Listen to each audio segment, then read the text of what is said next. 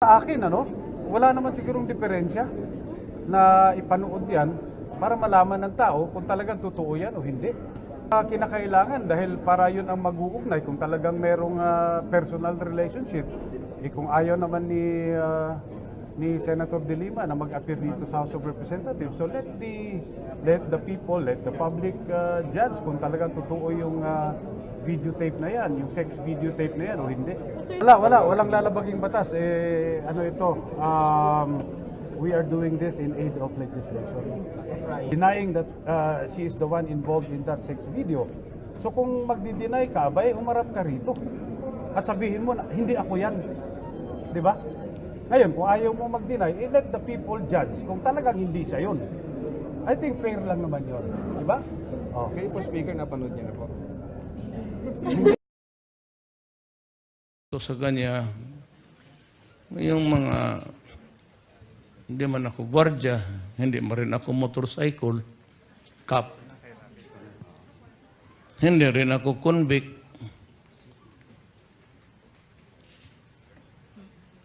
Follow up na lang, sir.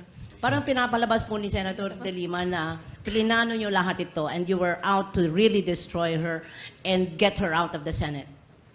She was the one who started it. You're all spectators of our national life where it was evolving in the days that passed. When did I ever? Siya, yun, di ba? Why? Because lumaki ang ulo niya. When she was chairman of the human rights, may nagsabi siguro sa pilang ulo niya, pwede ka maging presidente o senador. But alam mo, the ambition was good, but her sexuality pulled her down. Nung paglabas ng video, she's finished. Ikaw, magboto pa ka sa kanya? Hindi ako bumoboto. Thank you, Doris. Kayo, buboto pa kayo sa kanya? Maski barangay captain na lang. So, Lima, you're adopting a nonchalant of a horrible thing that happened because of your... Isa lang, sorry. Dun sa sinabi niyo po na makukulong po si Senator De Lima, does this mean that you're ordering the DOJ to file charges against her? Yes, of course. When and what specific charges After are you looking the at? investigations are finished. I am sure of my evidence. Ikaw yung nag-una. Gusto mong lumaki ang... You started in Davao, tapos yung gusto mong ma-well-known na itong babae na ito, sinabi pa at one time, I think it was Torpo said, she's the only lady there in the Comet who has balls. Iba pala ang pinaglaruan mo na balls, hindi iyo. What specific charges are you looking at, sir? Just to be clear about Plenty it. drugs actually. Parisable by no bail yan. Thank you. Thank you, Mr. President. Ito ngayon, then the next time she's in prison, there's no more worry about liaisons and dalliance. Mas kulungan na siya,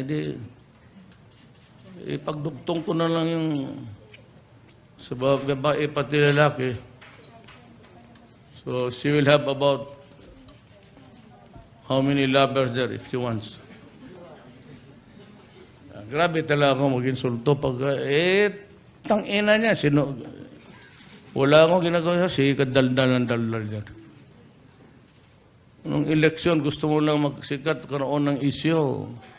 Wala ka ng human rights. Sabi ko nga sa iyo, I told you before, the day I said, De Lima, better hang yourself. That was the time that I have got hold of all the evidence that are being dished out. Hindi ka na nahiya sa sarili mo. Any other woman would have slashed her throat. You? Baka akala mo artista ka. Ang mga artista ng mga X-rated, paglabas sa pagkatapos ng shooting, nakangiti ang putang ina niya. Ma'am, basta ang sabi nga ninyo, our president is again going ballistics. Naawa na po ako sa ating Pangulo.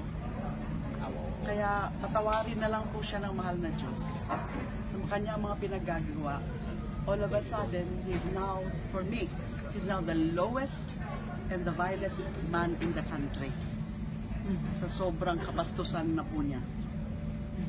That's why, God forgive him. Naaawa na po ako sa inyo, mahal na Pangulo. Tigilan niyo na po ako. Ano pong gusto niyo sa akin? Eh, gusto po ba kayo sa akin? Ma'am, yung dun lang po sa section. Dun sa pakipag-usap ko sa kanya, parang inclined siyang kumuha ng affidavit. So, nakausap mo na po siya? Yes.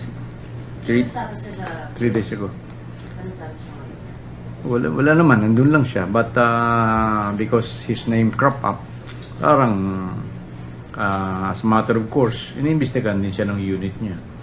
May sabina na per sir? Wala pa. Kasi ang next hearing would be on October 5. So, siguro we'll recommend the persons to be subpoenaed bago ako umalis kasama ni Presidente papuntang Vietnam. Sir, nakwento nila sa'yo kung ano yung nalalaman niya tungkol sa drug Si Jonel, At may pwede ka bang sabihin sa amin? mayroon pa kaming inaalam tungkol dun sa knowledge ni Jonel sa drug trade. Kaya siguro premature pa ngayon. But naikwento niya sa akin yung nalalaman niya. Say, the nature of what sir nalalaman niya. Is it something that will Yung sinabi niya sa akin ay sinabi niya sa akin na talagang ang nakita niya ay yung talagang closeness ni Secretary de Lima at ni Ronnie Dayan, kung saan daw sila pumupunta, sa Bicol, sa Pangasinan, sa Mindanao, sa mga hotel. Ayun, sinabi niya sa akin na isa lang ang kanilang tinutulugan paggabi. Sir, yung nabanggit na bagman siya, did he deny sa inyo? Di ba sabi sa yung bagman si Jonel, nag-pick up din siya ng pera for sa Denaldi? So, Hindi pa siya makapag-decide doon sa angle na yan. CJ kasi I think before the national hearing, umami ito. But it's another thing kung kasama ko siya. Yeah, tama yun. That's correct. Kaya, sabi nga nung nagsabi na ayaw niyang umamin pagdating dun sa illegal drug trade. Ang gusto lang niya ay tungkol dun sa illegal anomalies, corruption doon sa monthly 10 million anomaly per month tungkol sa food supply. So, considering parang yung role niya dun sa alleged na pagpapakota dun sa inuutos sa pagbibenta is so major, parang the possibility na mabigyan siya ng benefits para remote compared to the other resource persons represented. So, Pakiulit. considering sir yung role niya doon, diba siya talaga yung nagmamando dun sa pagbibenta, dun sa pagbibigay ng quota, dun sa pagbibenta ng shabu, that's a very major role. So, parang the possibility of his immunity is real there as compared to the other resource persons. Ang possibility na siya ay umamin, baka yun ang medyo malabo. But with respect to immunity, nasa kanya yun eh. Kasi kung aamin siya and then will seek immunity, if he's ready to execute an affidavit para mapaloob natin sa witness protection program, then nasa kanya lang yun. Pag ginawa niya yun, we will consider it. So, you're not closing your door to that? No, definitely not. Sir, in terms of building your case against what pieces of evidence are you still trying to gather? Yung tungkol sa mga testimonial evidence, sobra-sobra na eh. So, ang kinakailangan ko ay yung to build up the documentary evidence against her. At yan, ay alam na ninyo kung ano yan, yung mga chiefly, yung mga bank records where this money, illegal drugs, money on illegal drugs were stashed. So, were you able to locate where Pablo with Director Bucaris. Kasi apparently, mukhang siya po yung mag-coconut dun sa a person higher than Senator De Lima. Hindi ko pa na kokontak si Major ba? General Bucayo. General Bucayo. Nakausap ko na siya. He is one of my resource persons bago ko umpisa ng pag-investigate sa Bucor. Wala naman yan sinabi sa akin at that time except for the fact na napilitan siyang mag-resign from Bucor because of the threats on his life. Meron. May feeler siya sa'yo, sir? Ngayon, for this role? Yes. So, yung balikan sa PGP, so apparently, hindi inaamin yung illegal drug trade. But yung other alleged wrongs inside the NPP, among them you mentioned right here, tungkol sa pagkain. You've mentioned, sir, 10 million a month. Hindi yung sumikitin. And hindi ko na nga pinursu yun kasi ayaw ko nung hindi whole truth So, nireject ko na yun outright. So you're not looking into that? You're not looking into possible anomalous dun sa ayun ng Uber? Well, we are looking into that, but we want it to come from the mouth of a credible witness. I'm not sure if you reacted to this. Yung sinabi ni Senator De Lima last Friday daw na parang lumalabas ang katulong na ngayon ng gobyerno sa fight against drugs ay yung mga mismong drug lords na your reaction.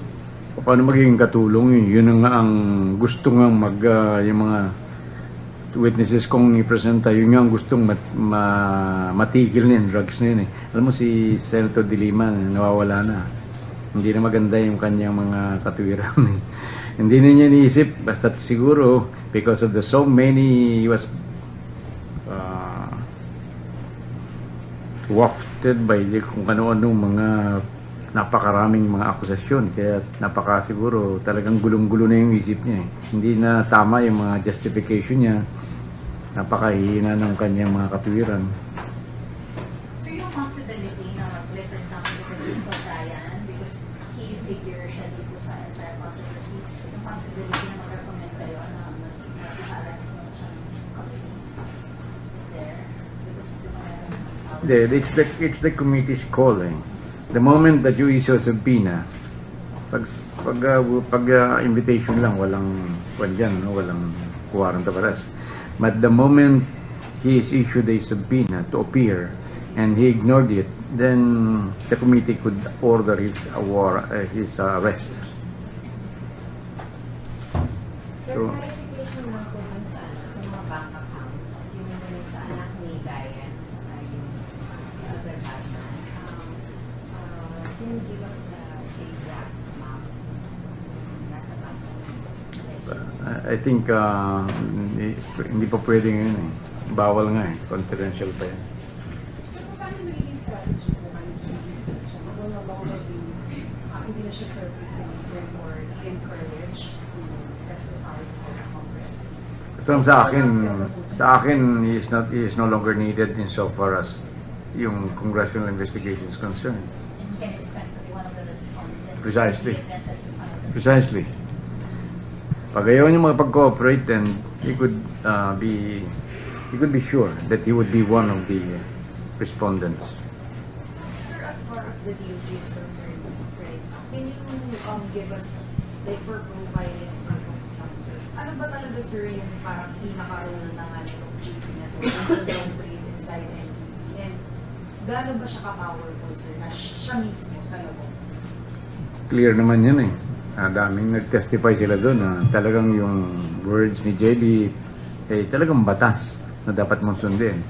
So doon sa role niya, clear din naman na para suportahan ang election campaign ni Secretary De Lima, ni-require niya ang lahat ng mga bosyo, yung mga leaders ng mga sa loob ng bilibid na magbenta from 5 kilos to 30 kilos a month. So, yun ang walang very clear yun Is he the most power? Siya ba yung parang pinaka, kasi may mga iba-ibang gang leaders yun, diba, sir? Is he the most most powerful there? He is the most powerful. Kinatatakutan siya. His words are the law. Kasi nga, because of perceived, hindi lang perceived, because of his closeness to Secretary De Lima. Malakas. Alam naman natin pag sinabing malakas ka diyan kay De Lima. So yun. Ganun.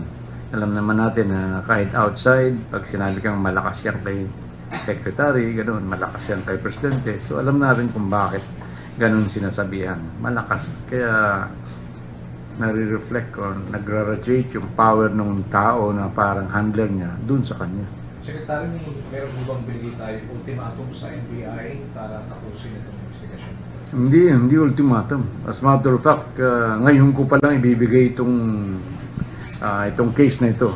Masyadong maraming lead na dapat i-pursue. Talagang dapat ito yung magagaling ng mga investigador. Yung nangyari itong mga nakaraan, yun ay produkto ng katulad kong amateur sleuth. Sa sleuthing ko lang yan pero hindi ko na kaya. Pero alam ko kung saan pupunta, alam ko ang gagawin ko. Kaya lang, we have no people here in the Department of Justice na makakagawa nun. Dapat talagang yung mga veteran investigators, mga galing. Are those a few weeks back, when you in a press con confirmed yung existence ng mga deposits that sir amounting to millions, you said that those have yet to undergo validation, evaluation. May update na po sir kung merong mga authentic doon? Meron na. Nakuha ko na yung talagang totoo. And we'll be asking the AMLAC. Sir, are we seeing the possibility? Doon sa mga Yung itong second wave of my inquiry sa AMLAC. First lang yung una eh. But of course, yung sinama na rin namin yung sinasabi ko noon na parang sinusubukan kami ng mga fake. So meron doon sa fake na yun, merong turned out to be authentic, sir? Meron. Although yung iba ay isang number lang o dalawang numbers lang ang binabago. What about the amounts, sir? Iba ang amounts. So we see the possibility that before the year end, there will be proper charges filed against some of the Hopefully, before the year ends, pwede. Kung depende sa bilis ng investigation to be made by the NBI. Actually, it's either today or tomorrow ko lang may bibigay sa NBI yung actual turnover. So, bahala na yung NBI and what they are going to do. But alam ko, mas mabilis ang progress ng case with them at the helm. Sir, going back to those deposits, sir, na sinabi mo meron yung hindi fake, although may nag-deliver na may amount na iba, ito ba concern ko sa mga relatives ni Diane, sir, specifically? Kasi meron doon author, etc.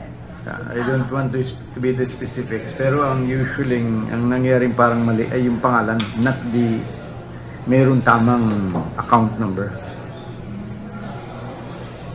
Merong ganun account but not in the name na nakalagay dun sa deposit slips. And it so happened that the real and correct account name may also be connected to the entire network of accounts relevant din siya, sir, yung mga Malalaman natin yan pag yung complete picture ay nakuha na natin. Sir, yung sa bank account po, sabi niyo po nag-ipon siya dun sa ibang corporation, sir. Sinasabi po na maybe the drug money ay na-invest dito sa Filipino owned corporations na baka kaibigan ng mga drug money. Hindi na-invest. Ginagawan lang na-deposit. Ginagawan lang. Dina-deposit po dun sa corporations. Corporate account na yun or individual person's account. It's a corporate account, sir. Corporate account. Merong corporate, merong individuals. Nakuha ko na. drug money, sir, or from yung mga transaction. Doon pinadideposit ni JB. Or connect account. So, sir, connected na yung amount. Iko-connect pa lang natin. Sir, may total amount na yun, yung mga transactions? Wala pa. Nakuha ko lang yung name and account number. Sir, Chinese, kasi apparently there are 300 Chinese drug lord na inmates sa loob. Were we able to get in touch with them? Kasi kung si JD na Yun namang Chinese doon, hindi naman sila nasa isang lugar eh. Although ang parang sinasabi noon, maraming Chinese doon sa lugar ni JB Colanco. Di ba ganun ang kwan, di ba? Ganun ang parang testimony nun. If I remember right, yeah? Sir, so what can we expect with the next hearing, which will be in October na po, sir, on the part of the DOJ, as to the number of witnesses na dalan po na sir yung mga nakapila na sino-sino pa, and what will be the direction of the DOJ the next hearing? Yes, we will be presenting more resource persons, but not any more inmates. So in terms of testimonies and documents gathered, how far are we to concluding that Senator De Lima is indeed linked to this drug activity? Well, later na lang yun, no? Kasi sabi ko nga, simple nga lang yun eh.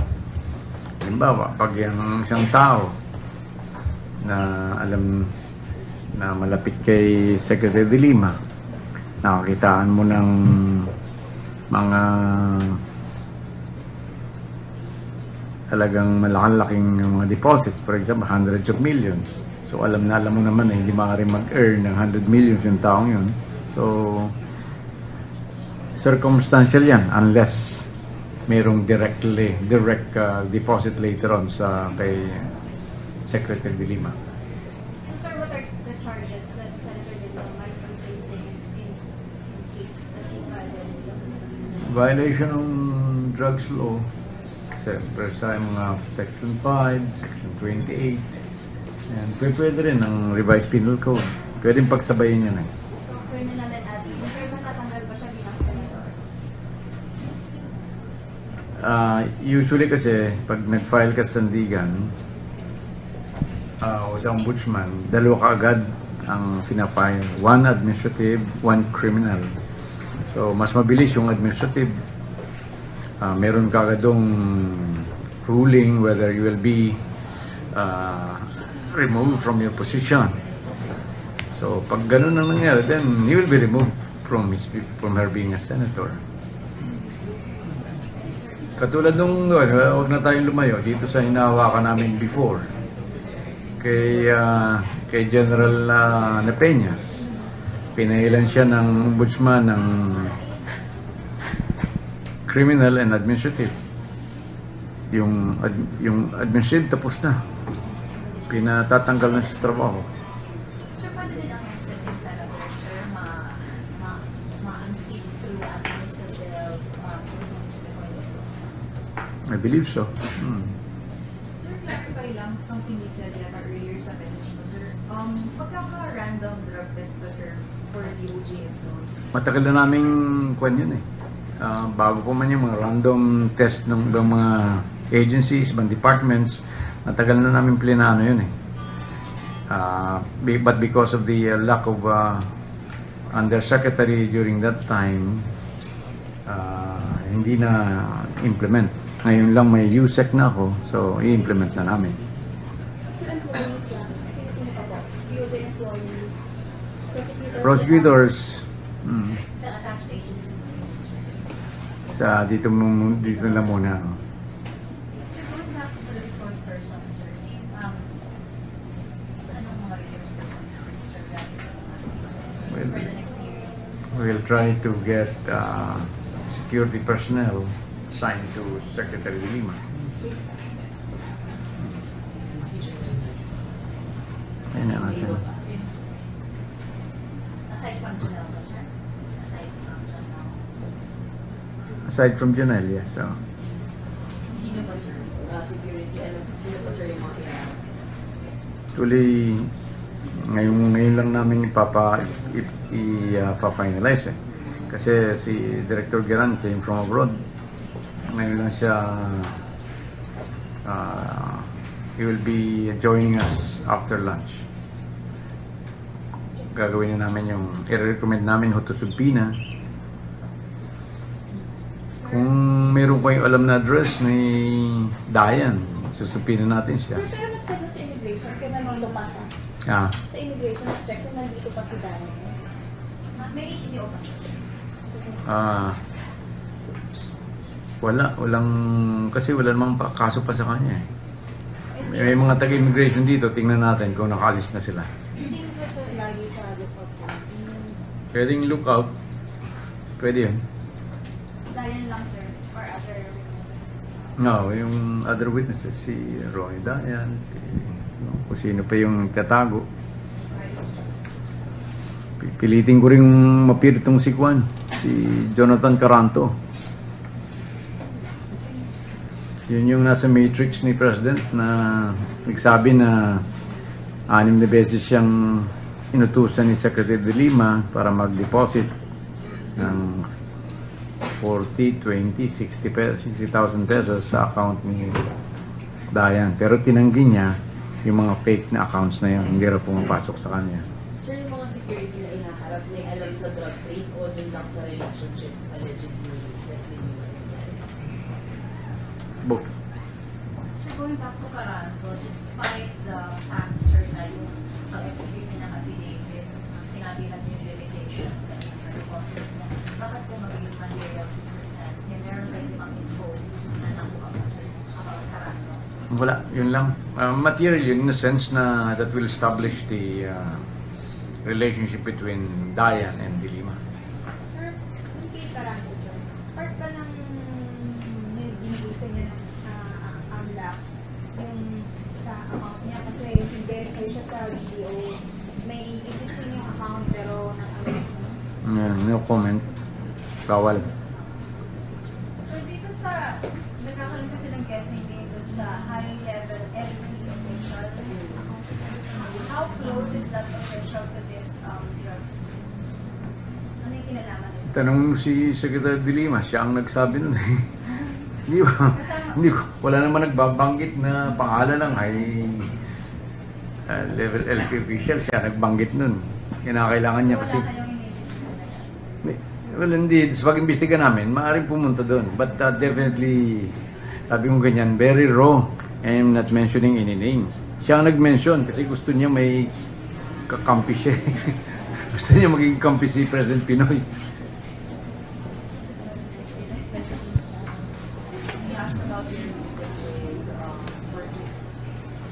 Wala, yung courtesy call lang yun, dinala lang ni Juan. Hindi ko alam yung Juan yun eh. Dinala lang ni Atty. Persida. Gala, sabi ko, I could not talk about your case because you have a pending case before the DOJ. As a matter of fact, ngayon ko lang nakita yun si Colonel Marcelino in person and I have nothing to do dun sa reversal ng kanyang resolution. Kasi hindi pa naman umabot yan sa akin eh. Nagulat nga ako, for the first time nakita ko yung reversal ng resolution niya doon lang sa dyaryo. After that, hindi naman umabot pa yan sa secretary. Doon pa lang yan, kay PG pa lang yan. So, wala akong nalalaman doon. I have not even read a single sentence doon sa resolution na yun. Any other questions po?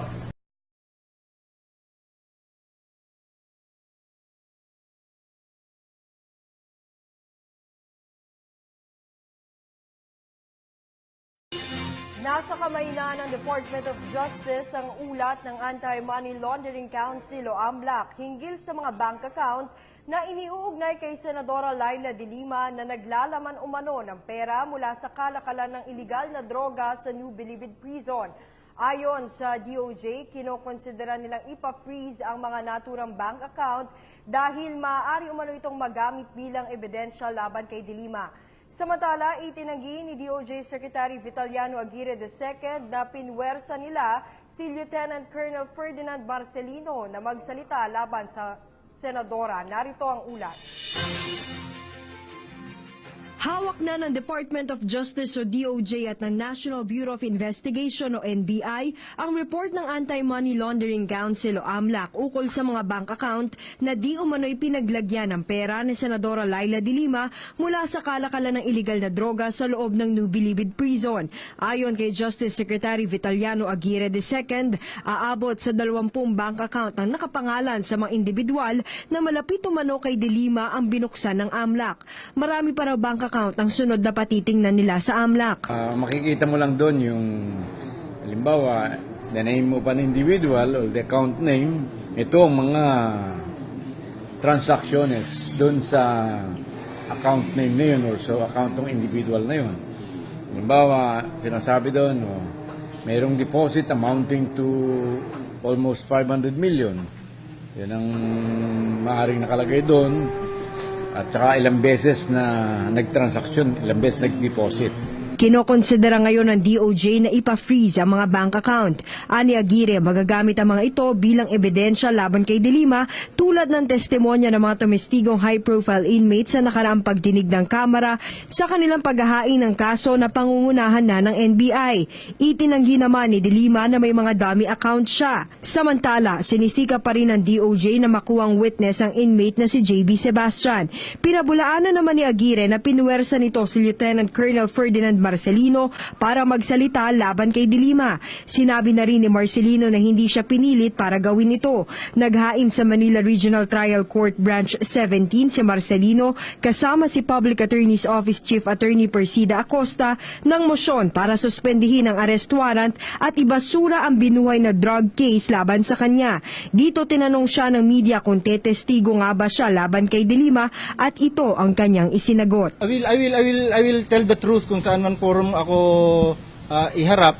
I will tell the truth as far as I know the truth. Para sa PTV News, Ria Fernandez. Po ninyo sa inyong testimonya doon sa sworn affidavit po ninyo na kinausap po kayo para magbenta. Bakit nyo kailangang sumunod kay Mr. JB Sebastian? Gaya ng sinabi ko po, nung panahon na yon si JB Sebastian sobrang lakas hindi lang sa direktor kundi sa secretary ng DOJ. So lahat ng tao doon napatunayan niyo na talagang malakas siya dahil tuwing sinasabi niya na pupunta si Secretary de Lima sa Bilibid, nandyan agad yun. Kaya kami naniniwala rin kami na sa kalakasan niya na yun, hindi ito basta-basta. Kung kailan niya kami pwedeng ipatapon, na yun naman ang kinatatakutan namin na matapon dahil marami kaming maiiwanan sa Bilibid, natatakot kami doon sa pagpatapon na yun. Hindi lang sa pagpatapon, si JB beripikadong may pinatay na yan sa Bilibid. Minartilyo lang ang ulo ng isang inmate doon, patay. Okay, kung ikaw magkuhan ka sa kanya, gusto mo bang mamartilyo ka? Masakit yun. Kung gusto mong hindi ka mamartilyo, sumunod ka na lang para wala nang gulong mangyayari. Ang nangyari kasi doon, pakisamahan na lang. Okay. So maraming salamat po dun sa sagot po ninyo. So ibig sabihin, natatakot din kayo sa buhay po ninyo noon? Natatakot po. At ang isang prueba dyan, nung medyo tumabang na yung samahan namin ni JB nung bandang October to November, naisama na niya ako sa Bilibid 19. Yun din ang kinasama ko ng loob kay Secretary de Lima. Hindi siya nag-imbestigang mabuti sa pangyayari na yun. Marami namang nasama sa Bilibid 19 na wala talagang kinalaman sa droga. Akong basihan ko ang sarili ko, ako ay naging utusan lang ni JB maghanap ng tao. Wala naman akong personal na maghandling ng droga. Ako, naghanap lang po ako ng tao na pwede kong rito sa kanya para makapaglaro ng droga doon sa labas. Hindi po ako yung direktang naglalaro ng droga. Bakit nasama ko siya hindi? Yun ang malaking katanungan doon. Kung bakit sinama ko si JB nandun na mayagpag ng husto. Sinisentralize pa ang droga nung mawala kami. Ang isang dahilan doon, sa pagkakalam ko nung pinipilit niya ako nandyan sa affidavit ko, yung 200 grams na hindi ko tinanggap, tinanggihan ko siya dahil hindi ko kayang magbinta sa loob. Dahil ang dami kong taong pinaparusahan doon, pag nahuhuli ko gumagamit ng droga sa loob. Tapos ngayon, magbibinta ako ng droga. Anong sasabihin ng mga taong pinapalo ko, mga taong nasasaktan ko dahil sa pagdidisiplina ko? Kaya hindi niya ako napilit na magbinta noon. So naisama na ako sa Bilibid 19. Sinumbong na ako kay De Lima. Marami pang maliban sa akin. Marami pang mga tao doon na hindi totoong, halimbawa na lang sa mga Chinese, hindi lahat ng Chinese doon involved sa droga. May mga kasong droga pero hindi involved sa droga sa Bilibid. Maraming naiiwan na malalaking drug lord na Chinese. Pero hindi sinama dahil yun ang pagkakapirahan ni GB. Yun ang totoong nangyayari sa Bilibid. Ang batas ni GB ang nasusunod doon sa pamagitan ni Secretary de Lima. Salamat po. Sa ibang balita, inutusan na po ng Department of Justice ang National Bureau of Investigation para imbestigahan na ang umunoy kaugnayan ni Senadora Laila de Lima sa sinasabing drug trade sa Bilibid. Sinisilip na rin ang mga bank account ng ilang tao na malapit kay de Lima na posibleng pinagdepositohan umano ng drug money. At nakatutok si Lia Manyalak del Castillo. Hindi pa man tapos ang investigasyon ng Senado at Kamara, may panibagong hahabol ngayon kay dating Justice Secretary at ngayon Senadora Laila de Lima. Ang National Bureau of Investigation ang ahensyang dating nasa ilalim niya. Inutusan na kasi ni Justice Secretary Vitaliano Aguirre ang NBI na imbestigahan ang kaugnayan umano ni de Lima sa umano'y drug trade sa loob ng Bilibid. Mas magaling ang NBI dyan kaysa sa amin. And we have no people to pursue these leads. There's lalong-lalo na yung pag-unearth nitong mga bank accounts at saka ng mga corporations that might be linked to this illegal drug trade. Sa ngayon, hawak na ng DOJ ang report ng Anti-Money Laundering Council o AMLAC na sumisilip sa mahigit 10 bank account ng ilang taong malapit daw kay de Lima. Hindi sila pinangalanan ni Aguirre pero ilan daw ay malalapit na kaibigan kasama at dating katrabaho. Hindi maaaring directly linked kasi kung directly dapat nakadeposit yan sa kanyang account. Kaya kung ever there's any link, it should be indirect. Doon lang sa account, bank accounts ng kanyang mga kasama, mga kaibigan, mga employee. Ginamit niyang halimbawa ang dating driver at umano'y karelasyon ni de Lima na si Ronnie Dayan. Halimbawa, 500 million sa account ni Ronnie Dayan. Alam naman natin na walang sapat na source of income si Ronnie Dayan para makaipon ng 500 million. So anong konklusyon mo dyan? Sasabihin natin, siyempre, ang konklusyon ng tao doon, konklusyon ng judge, nanggaling yan sa bossing niya. Pero yung isang pahayag, sinabi ni de Lima, wala siyang mga dummy account. Ang mga makakalap na ebidensya ng NBI, bukod sa magagamit sa posibleng kaso laban kay de Lima, pwede rin daw gamitin para humiling ng freeze order sa mga pinaiimbestigahang bank account. Ayaw pa isa publiko ni Aguirre ang hawak na AMLAC report, pero sapat daw ito kasama ang mga naunang testimonya ng mga inmate ng Bilibid para madiin daw at makasuhan na si de Lima. On the basis of the testimony ng presenta naming mga testigo sa House ay sufficient na meron ng probable cause. In other words, papasa na sa piskalya pa lang.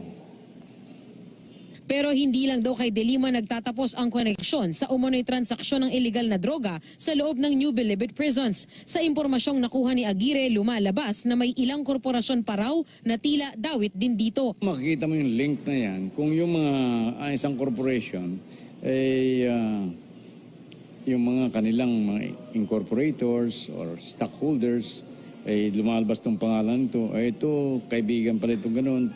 So, magkakaroon ng lead dyan.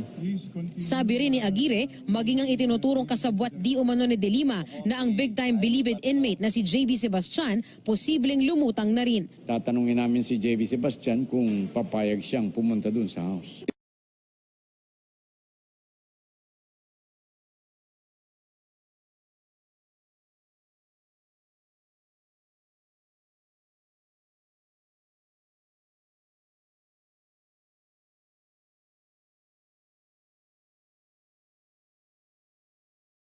Singpeki raw ng piluka ni Justice Secretary Vitaliano Aguirre ang ebidensya ng kalihim laban kay Senadora Laila de Lima.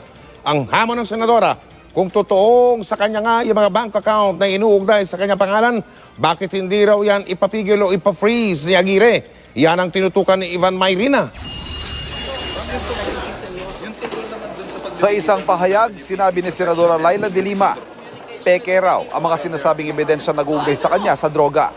Tulad daw ng piluka ni Justice Secretary Vitaliano Aguirre II. Kung totoo pong accounts ko yan, na mga nasa pangalan ng iba pero accounts ko lang, pwede ba sabihin niya sa mga bangko na yan, anumang mga bank accounts na yan, na i-freeze ang mga accounts na yan? Yan ang pinaka-challenge ko po sa kanya. Na ganun pa rin, patatanggal ko sa kanya yung peluka niya kung hindi niya na naman magawa yan. Kahapon tinukoy ni Pangulong Duterte ang umunoy sex video ni De Lima. Kanina sinabi naman ni Aguirre na pati ito, maaari daw nilang gamitin laban sa senadora para patunayan ang pagkakasangkot nito sa illegal na droga. Alam niya, labag sa batas yan kung merong bang ganyang video. Please, stop. Pwede ba? Tigilan niyo na talaga ako. What are you going to do? I mean, what satisfaction are you getting from all this? This is so vile. This is so foul. They're making me appear that I'm a sexually prolific woman. Na anong gusto niya? Wala po akong sexual life.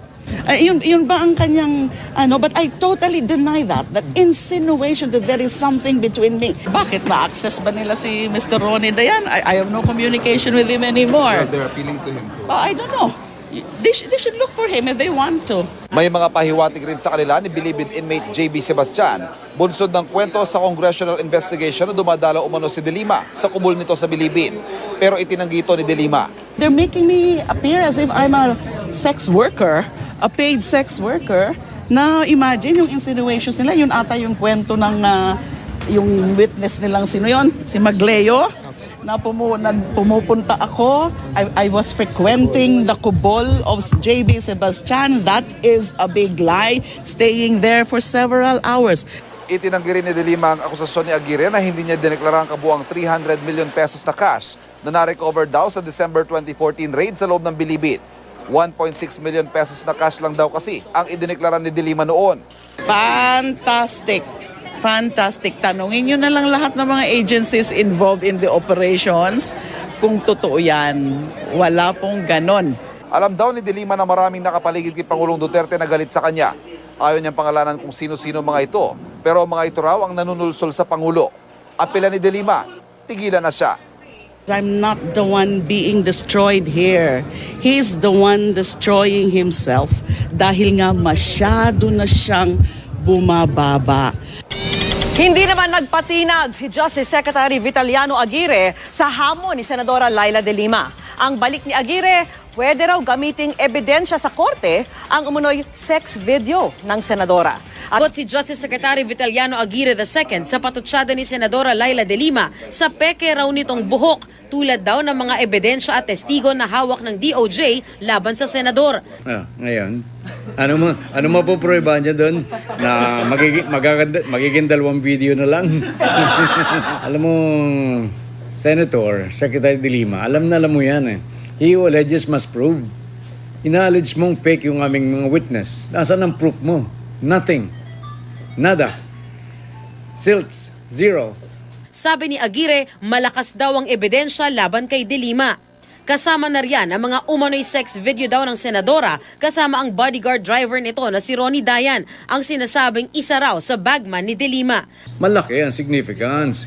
Mag-i-explain yun why Ronnie Dayan was so powerful, why Ronnie Dayan was able to extract monies from the drug lords. So malaki yun. Because an ordinary driver could not do it. Sabi ni Aguirre, kapag hindi inamin ni De Lima ang relasyon umano nito kay Dayan, baka gamitin nila ang ebidensyang ito sa korte. Hindi raw mahanap sa ngayon si Dayan, pero sakaling gusto raw ni Dayan na magsalita ng totoo, poprotektahan siya ng gobyerno. Kasi ang sa immunity naman, yung being a state witness, as long as you do not appear to be the most guilty, pwede kang bigyan ng immunity. Sa susunod na pagdinig sa Kamara, may ihaharap si Aguirre na dalawang bagong testigo na magsasabing hindi raw idineklara ni De Lima ang kabuang cash na na-recover sa bilibid ng mag-raid sa mga kubol noong December 15, 2014. They were able to get more than 300 million on that particular raid. Ang dineclare lang nila is 1,600,000. Nakalagay dun sa report. May report sa Intel, ng agents. Intel. Andun din yun kung bakit moro-moro lamang yung pag-raid at yung pagpapatapon. Wala rin daw nakikitang masama si Aguirre sa ginagawa nilang pakikipagtulungan sa ilang inmate ng Bilibid para maresolba umano ang problema sa iligal na droga sa loob ng Bilibid. Liam. Sa ibang balita, inutusan na po ng Department of Justice ang National Bureau of Investigation para imbestigahan na ang umunoy kaugnayan ni Senadora Laila de Lima sa sinasabing drug trade sa Bilibid. Sinisilip na rin ang mga bank account ng ilang tao na malapit kay De Lima na posibleng pinagdepositohan umano ng drug money. At nakatutok si Liam Manyalak del Castillo. Hindi pa man tapos ang investigasyon ng Senado at Kamara, may panibagong hahabol ngayon kay dating Justice Secretary at ngayon Senadora Laila de Lima. Ang National Bureau of Investigation ang ahensyang dating nasa ilalim niya. Inutusan na kasi ni Justice Secretary Vitaliano Aguirre ang NBI na imbestigahan ang kaugnayan umano ni de Lima sa umano'y drug trade sa loob ng Bilibid. Mas magaling ang NBI dyan kaysa sa amin. And we have no people to pursue these leads. There's lalong-lalo na yung pag-unearth nitong mga bank accounts at saka ng mga corporations that might be linked to this illegal drug trade. Sa ngayon, hawak na ng DOJ ang report ng Anti-Money Laundering Council o AMLAC na sumisilip sa mahigit 10 bank account ng ilang taong malapit daw kay de Lima. Hindi sila pinangalanan ni Aguirre pero ilan daw ay malalapit na kaibigan kasama at dating katrabaho. Hindi maaaring directly linked kasi kung directly dapat naka-deposit yan sa kanyang account. Kaya kung ever there's any link, it should be indirect.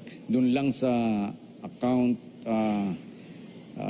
bank accounts ng kanyang mga kasama, mga kaibigan, mga employee.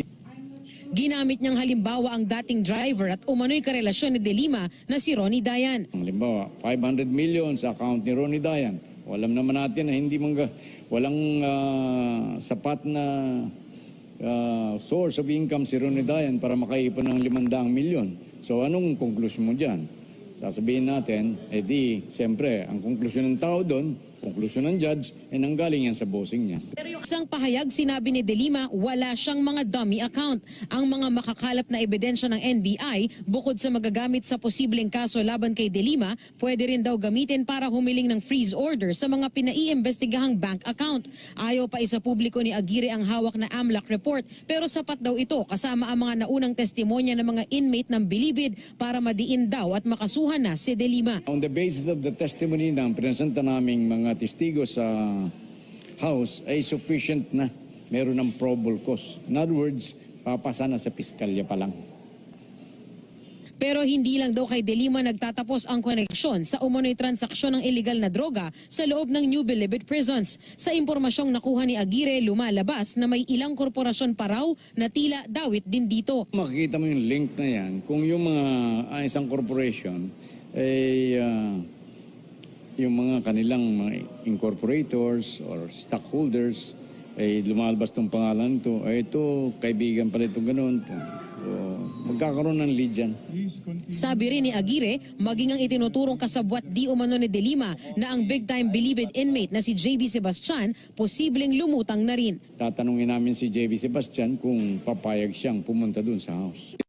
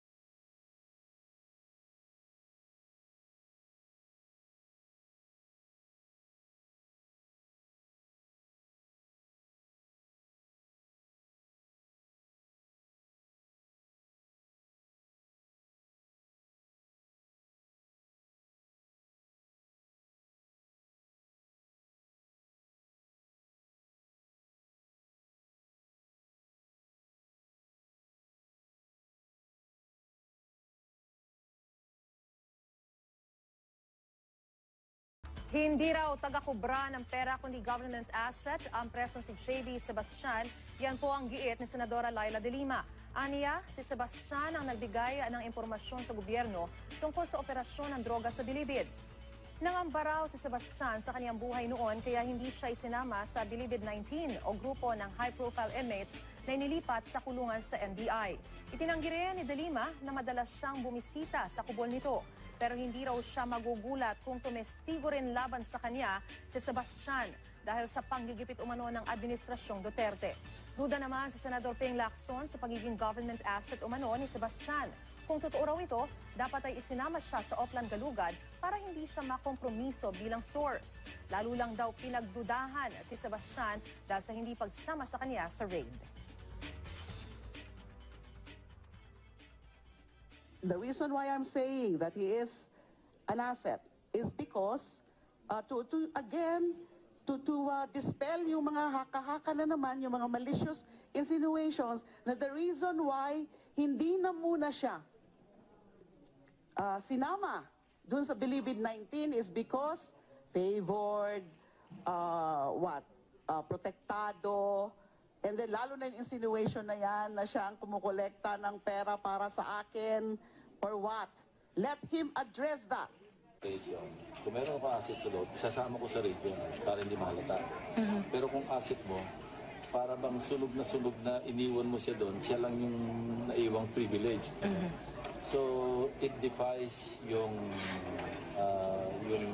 procedure o yung manner of handling assets. Kasi kung intelligence asset mo, as much as possible, ayaw mo siyang ma-burn out, di ba? Ayaw masunog.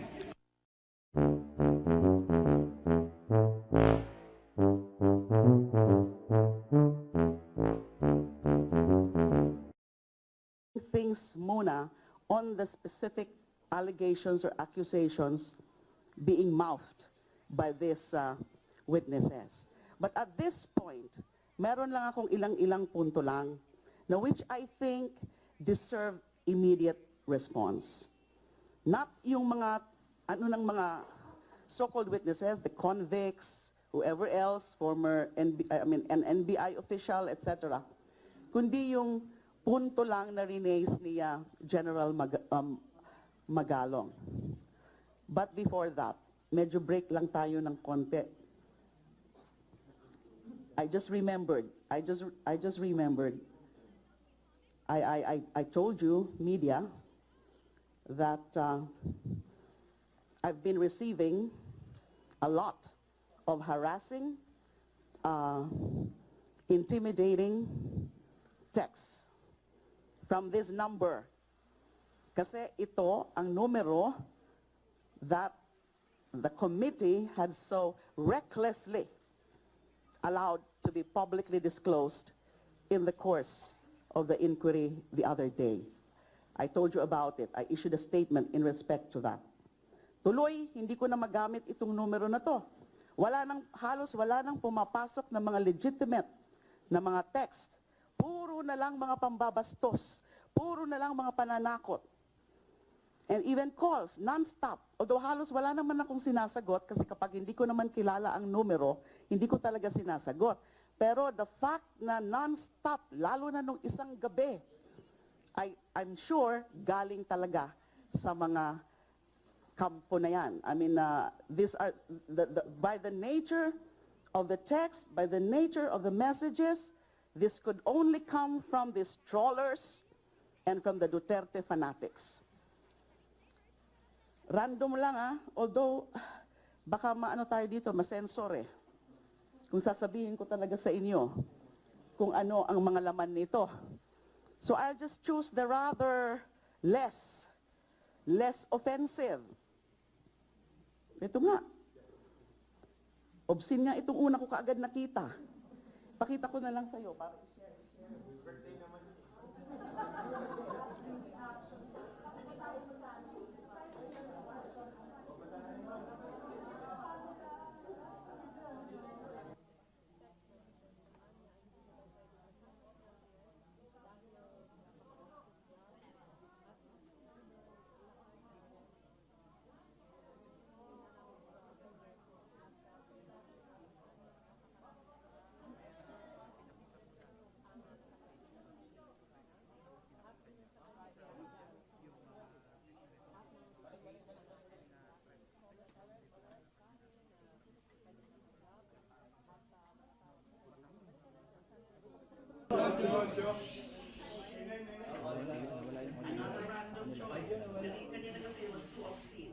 Ang kapal na mukha mo, maiyak ka, magbasa ka sa net, at try mga tao, galit na sa'yo.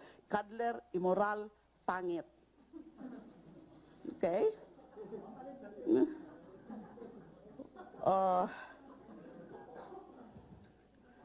Hoy, delimaw. As in halimaw, siguro to. Hoy, delimaw, kailan ka magbabaril sa ulo mo? Kahit katiting, wala ka na bang konsensya at kahihiyan? Booking na booking ka na. Kaya kung kami sa'yo, magsabi ka na lang ng totoo at baka sakali bumaba pa yung kasong kakaharapin mo. Matanda ka na. Konti na lang buhay mo sa mundo. Hindi ka ba natatakot mamatay ng makasalanan? Pwera lang kung pati sa impyerno gusto mo mapunta. That's just a random choice. Although, kasi hindi ko naman talaga binabasa na lahat. Kayo ba naman maka-receive ng almost 2,000 of such texts? Baka nabuwang na po kayo. Ikaw pala ang isa sa mga salot sa Pilipinas. Umamin ka na. Mahiya ka, uy. Ang dami pa, ang dami. Samples lang, no? I can probably show this to some of you. Nagbigay lang ako ng sample, and these were really my random, sobra, meron pa mga mas sobra, mga mas obscene, mas threatening. Can you imagine that? And talking about ganyan, because acts of harassment. Anyway, I asked for the clearance to disclose this. Okay. Lalo na, nung nakita ko na ngayon sa dyaryo, page 12.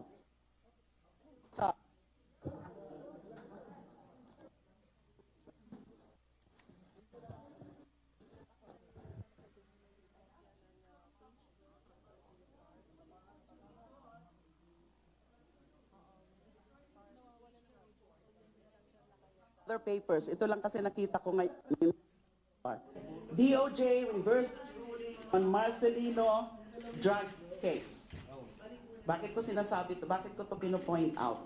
So ngayon na ito, this is Philstar, page 12, reporting na yung dating desisyon ng DOJ which dismissed the case against Colonel Marcelino, reverse. And naka-report pa nga dito na of course, initially, the handling prosecutor recommended the dismissal for insufficiency of evidence. Now, he is being charged again. And there is a quotation here from a certain Chief Superintendent Antonio Garjola, former chief of AIDG, said the DOJ resolution comes as a relief for the lawmen going after drug offenders. The PNP Anti-Illegal Drugs Group welcomed the reversal of the DOJ ruling. And there is a quote attributed to Chief Superintendent Antonio Garjola saying, whoever they are, even active members of the PNP and armed forces and the government, as long as you're involved in drugs, they should be caught, certainly. And then Chief Inspector Roque Merdia, former chief of the AIDG, said they are hoping the Manila court will soon issue warrants of arrest against the two. In a matter of time, we are just waiting for the issuance of warrants of arrest by the court, and after they are considered wanted. So after dismissing the case for insufficiency of evidence, the DOJ suddenly reversed it. What is the relevance of that to what I'm going to reveal to you? I asked the permission of the one who forwarded the text to me from Marcelino. The texts were sent to this other cell phone of mine. Kasi halos hindi ko na nga ito gagamitin eh. Sisirain ko na to. Pinipreserve ko lang yung mga messages for whatever purpose it may serve. Okay. Hindi ibig sabihin, Don't take it literally. All right. Now, but I got messages from a common acquaintance. You know, for his protection, I cannot reveal who he is. But I got 2 messages from my source forwarding. So it's really forwarding. Messages from Lieutenant Colonel Marcelino. The first one was received by our common acquaintance July 19, 2016. The second one, fairly recent, was received September 5, 2016. Messages lang ito na pinorward ng aking source from Lieutenant Colonel Marcelino. Ang laman po, ganito. This is verbatim. A message I got from Lieutenant Colonel Marcelino. This is the July 19, 2016 message. Mista, good PM. Magpasalamat lang sana ako sa lahat ng tulong at efforts mo for me habang ako ay nasa kulungan. I can never thank you enough, Mista. Hindi pa ako masyado makagalaw at labas ngayon dahil ang daming gusto kumatay sa akin, Bok. Di ko pa din mapuntahan si Senator LD, obviously referring to me, Laila de Lima, LD. Kasi ginagawan kami ng mga fabricated stories. There are also some groups who is trying to convince me to speak against her. But rest assured na hindi ako pagagamit sa kanila, Mista. Not only because I really appreciated and forever indebted sa inyo ni Ma'am, but because the people deserve no less than the truth and justice. With my little knowledge and brief encounter with her, I never doubted whatsoever her integrity, Mista. Magpasalamat din sana ako sa kanya personally when everything settles down. Ingat lagi and maraming salamat uli, Mista. That was July 19. The more recent message, a shorter one, na pinorward ulit sa akin ng source ko, September 5, 2016. So the message from my source, I got a message from Lieutenant Colonel Marcelino, quote, Mista, pressures against me are mounting, and they would even reopen my case. But rest assured that I will never give in to them, Mista. Please tell Senator L to keep faith and be strong. I want people to know that these things are happening now. Meron pa rin iba akong mga ibang alam. Hindi lang ako nakakakuha pa ng clearance from them kung pwede ko na rin i-disclose sa inyo.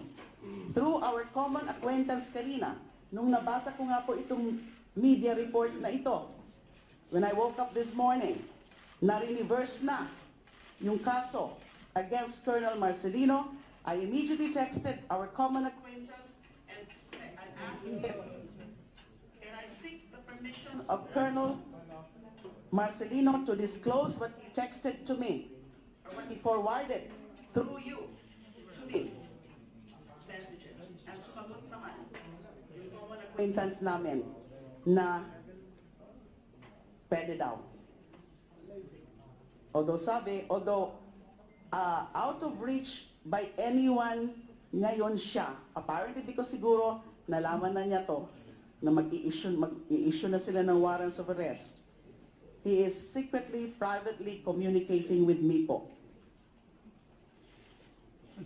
That's the situation now. As I said, meron pa hong ilang mga similar cases. They have been accessing certain personalities. Yung mga alam nila na dati kong mga nakakatrabaho. I think your question would be, why kaya ina-access si Colonel Marcelino at pinipilit siya to testify against me? He was part of the interagency as a representative of ISAF. I think it was one of those disclosed by General Magalong yesterday. Correct? If you review yung ano kahapon ni ni General Magalong. Kasi some of the intel na mga nag-gather namin noon in the course of the interagency came from Colonel Marcelino. Of course, we have other sources. And another thing that was confirmed by General Magalong was, di ba, when he first approached me, may nakita siyang parang diagram o parang ano. That's proof na even before sumama sa amin si General Magalong and offered to also participate because meron siyang sariling oplan, we were already starting all of this, that we were already discussing the situation in Bilibid. And when we say we, kami na nasa DOJ, meaning DOJ, when I say DOJ, with respect to the situation of the inmates, it's Bucor and also NBI because of the investigative aspect of things. So even before dumulog sa akin si General Magalong and also shared yung mga nakuha nilang mga information about the goings on in the Bilibid, dati na rin po namin yan pinag-uusapan, dati na rin po namin yan pinaplano. It is an interagency operation. Now on the point na during the final implementation of the raid, hindi nakasali si General Magalong and his group CIDG. May explanation po dyan. Although let me make it clear na hindi po accurate yung parang nagiging impression na naging etchapwera yung PNP. I think nasabi rin yan ni General Magalong na during the final implementation, aside from NBI, aside from Bucor, and then PIDEA, although yung mga use of K9, PNP was involved. NCRPO and other select units of PNP plus SAP. Nakalimutan lang banggitin ni General Magalong kahapon na may SAP. But I remember he mentioned select units of PNP and NCRPO. So, it's not true that PNP was out of the operations simply because CIDG under General Magalong then ay finally hindi kasama. But the whole operation, ang lead agency was still DOJ through NBI and Bucor.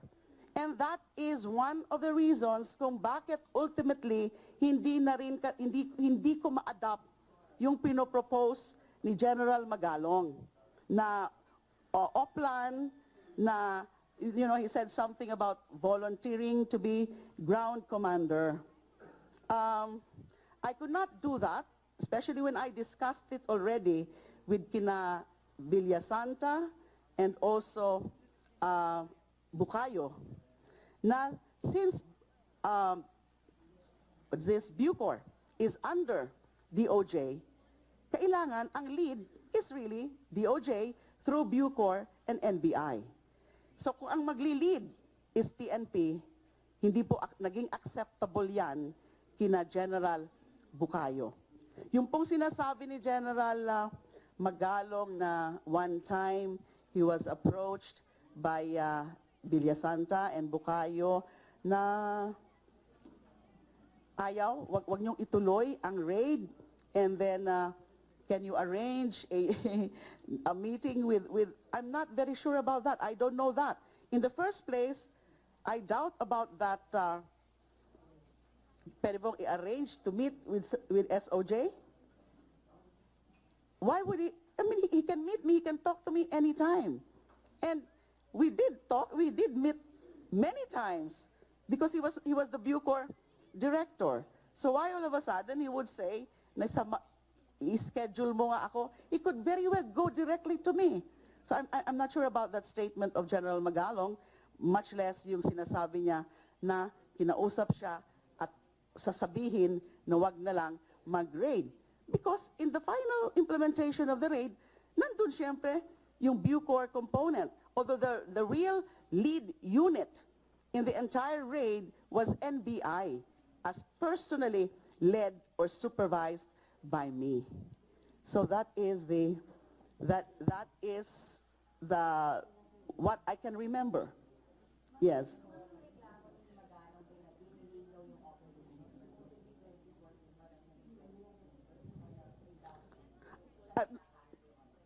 I'm not sure about whether 2014 siya lumapit sa akin. Can I have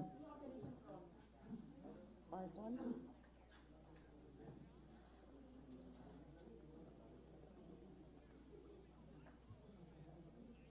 What did you say again?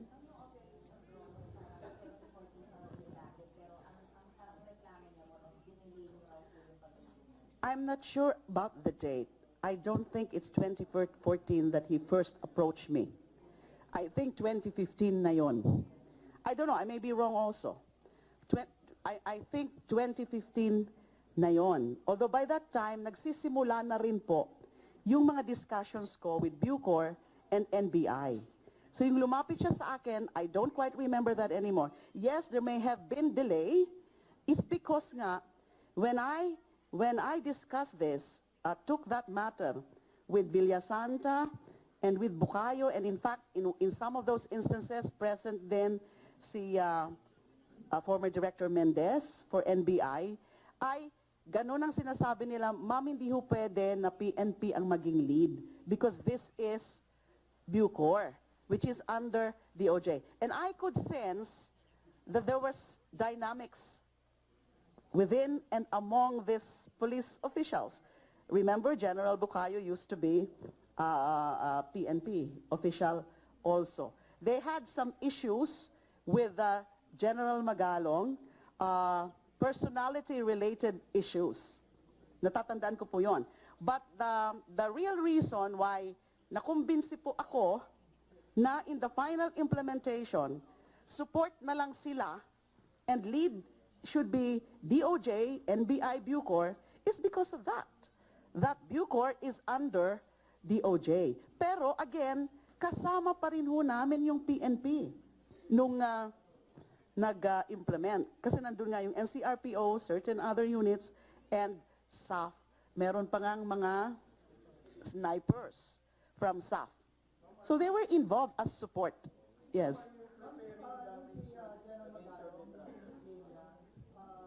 Mm.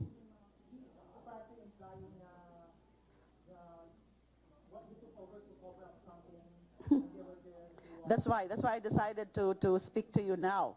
That's why nothing like that's quite an outrageous insinuation. That's why I felt I have to react right away.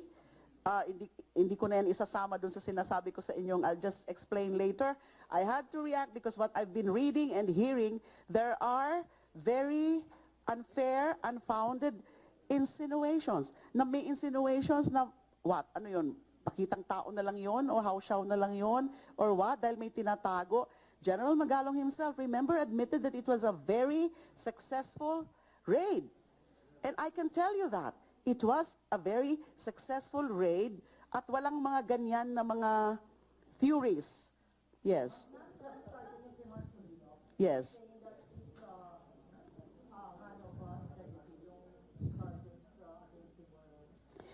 Well, I was not the one who resolved that case because I was no longer there.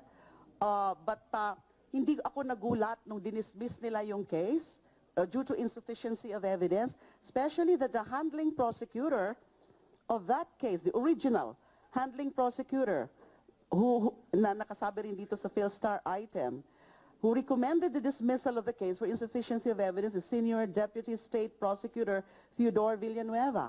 He's a good, straight, very competent prosecutor among the more competent prosecutors, state prosecutors in the DOJ. And he's finding no probable cause, insufficiency of evidence, and therefore dismissal. And now here we are, biglang reverse. I'm not passing judgment on the correctness of the legal action, no? Ano bang totoo dyan? Ano ba ang tama dyan? I-dismiss ba o filean ba ng kaso? But look at the circumstances. I have no reason to doubt what was forwarded to me from Colonel Marcelino, na iniipit siya para ituro, whatever it is, na ano ang ituturo nila sa akin. As I've said, there are several other instances, personalities na ginaganon nila. Yes. I will address that later. Gusto ko na munang pakinggan lahat yung mga testimonies na yan ng mga so-called witnesses, lalo na alam nyo, you know, of course, I was also watching yesterday. Since all of these alleged witnesses pumupuntirya kay JB Sebastian, I wouldn't be surprised anymore na he would also testify. I have, basta ganun ang aking ano.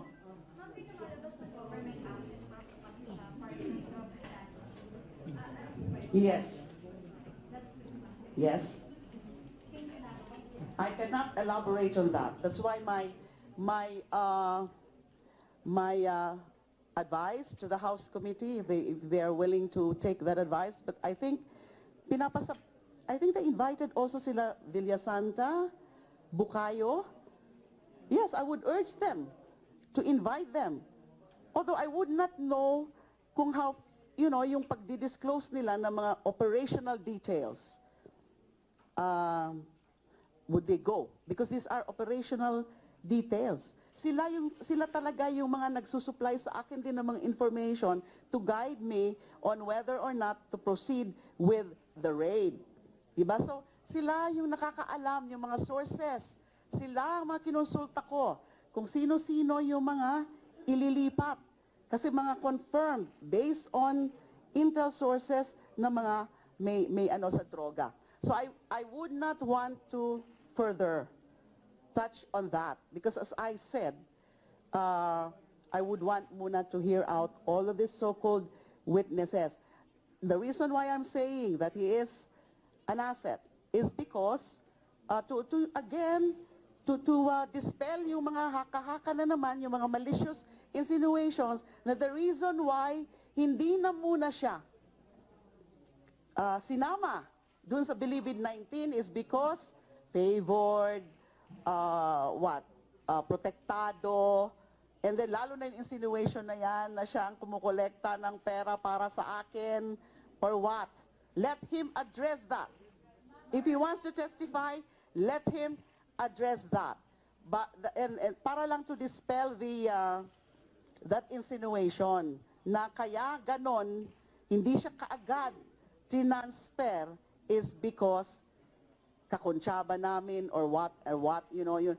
The real kontsaba there is because nanggaling sa kanya yung mga ibang impormasyon.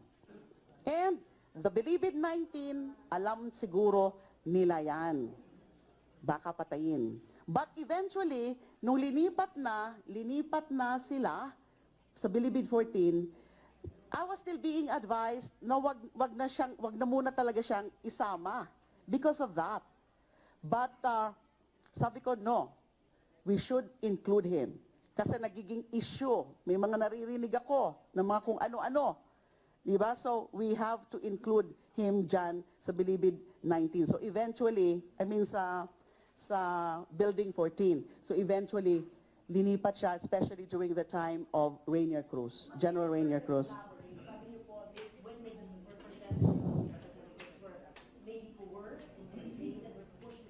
Iba-iba. Aside from the text messages that you're getting, ano kung pwede yung sabihin talaga directly that would say na talaga they're being coerced? Ito kasi wala talaga akong clearance, so I don't want to really give so much detail. But remember what I also said in the privilege speech na may mga subjected to psychological torture. I know of a validated case na ganun. Linabas ng SAF, dinala sa ISAF. I won't tell you kung kailan to nangyari kasi baka matukoy nila kung sino yan. Kawawa naman. And then nung binalik, talagang signs of wala namang physical torture, but signs of psychological torture. And again, why? Why was he subjected to psychological torture? According to my source, pinipilit na naman na ituro ako.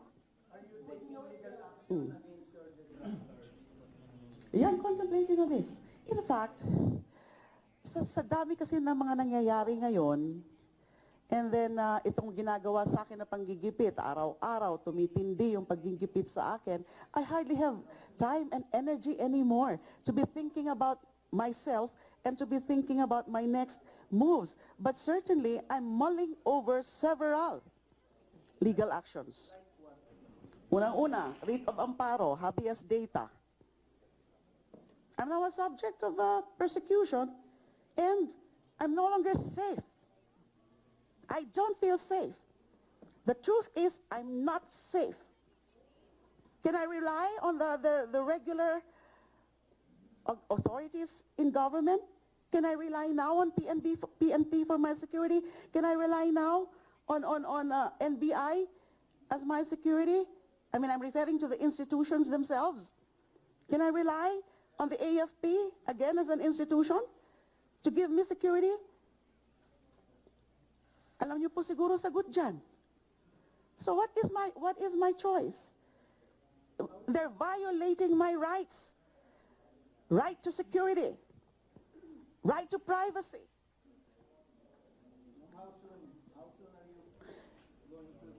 As I told you, hindi lang ako mga makafocus dun sa mga actions for my benefit, for my own sake, because there's so many things. There are so many pressing matters that I have to attend to. Not yet. I'll take it up with the Senate President. I'll take it up. If I disclose that, then you're further exposing me to danger. Yes, I have to temporarily leave my house. I'm now in a temporary place of abode. Look at that. And hindi lang ako apektado, of course, because I live in a subdivision. So kahit may guards, apektado yung buong subdivision. So they're now taking extra steps, extra security measures. So that's an added burden on the subdivision. Na nadadamay lang sila because of me. Yes.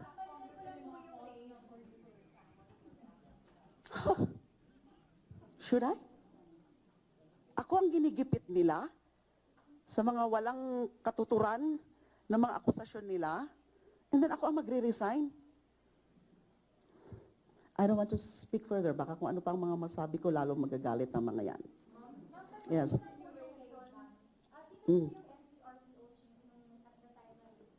I forgot already. Hindi nga, because may issues kasi, dynamics. Yun ang impression ko kina General Bucayo. May issues sila related to the personality of General Magalong. And then apparently may dynamics. And therefore, PNP was still part, wag lang yung grupo ni General Magalong. Let General Bucayo, let Villasanta respond to that. I don't think so. Hindi pa ata. Di ba recent lang? I really don't know kung sino yung NCRPO noon. We can check it out. Yes.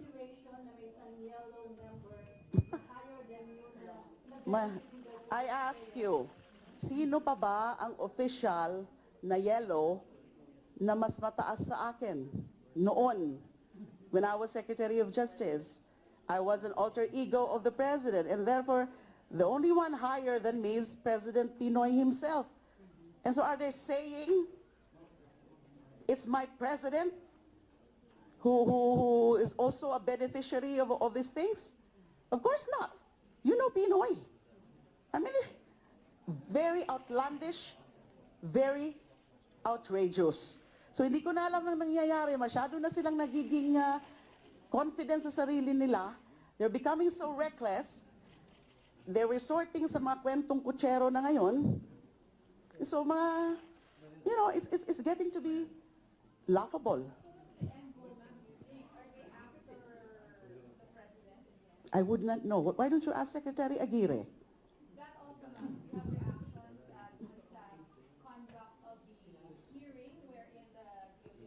I'll reserve that. Oh, I'll reserve that first to myself kasi baka ma-misinterpret po ako ng mga members ng House Committee. What I can say is that nakikita ko naman that the presiding, the chair, Congressman Umali is rather fair in handling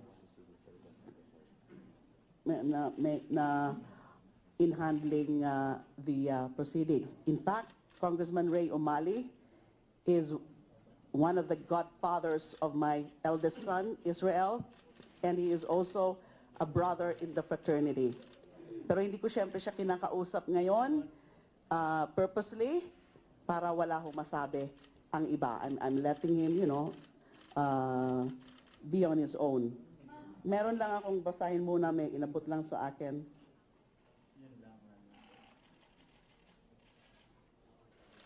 Okay.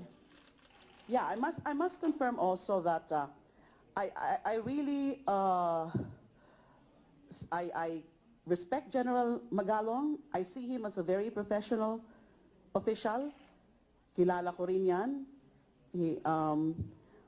And what I can say is that kaya ganun ang parang naging ano niya yesterday is he had some sentiments because he was medyo nagtatampo. I think he admitted that na sumama ang loob niya and PIDEA.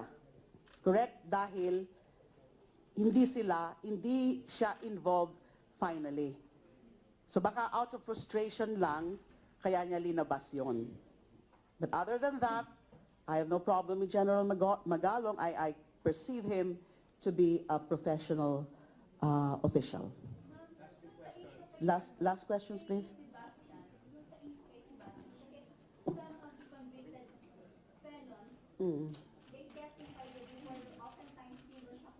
Absolutely false. Oftentimes, and yung mga insinuations na yan, I stayed there, what? Hours? Ano na naman ang pinapalabas nila dyan? Okay. Not at all, not at all. That's completely false. That is very malicious. Kasama yan sa script nila para lalo nilang siraan ang pagkatao ko. Thank you so much. Ma'am, patingin ko ng dyaryo, ma'am. Ma'am, yung dyaryo, tap. Meron na naman. Ano na naman kaya yan? I have not seen that. So no comment muna because hindi ko pa nakikita. Thank you.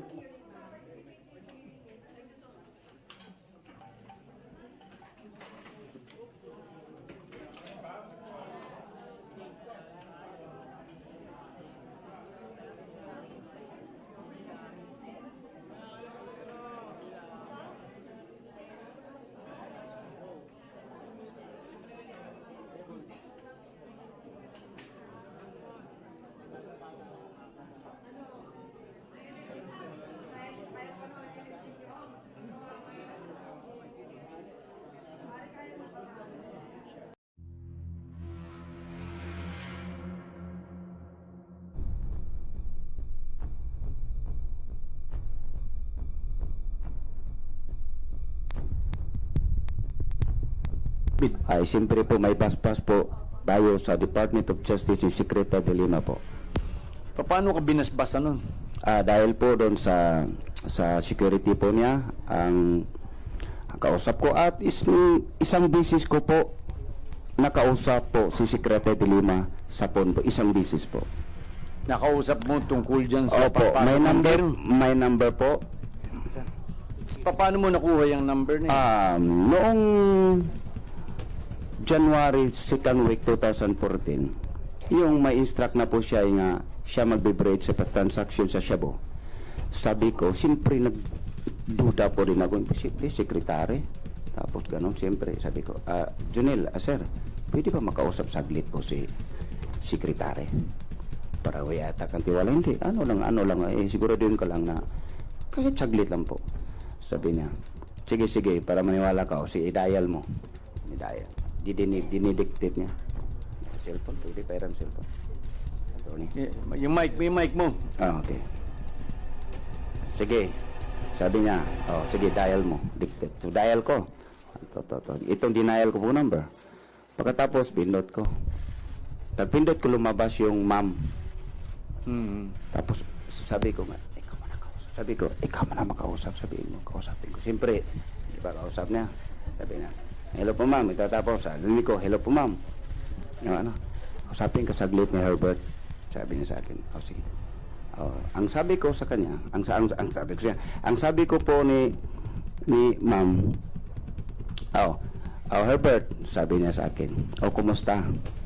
Siyempre, baka ang isip ko nga, baka ko kunwari si sekretary to.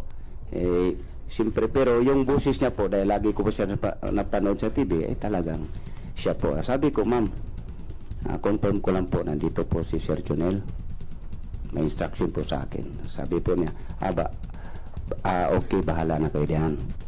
Ma'am, I confirm ko rin po yung October po, nagmula po siya, kinukuha, nag-umpisa po siya doon sa October 2003, kinukuha po niya yung 3M po.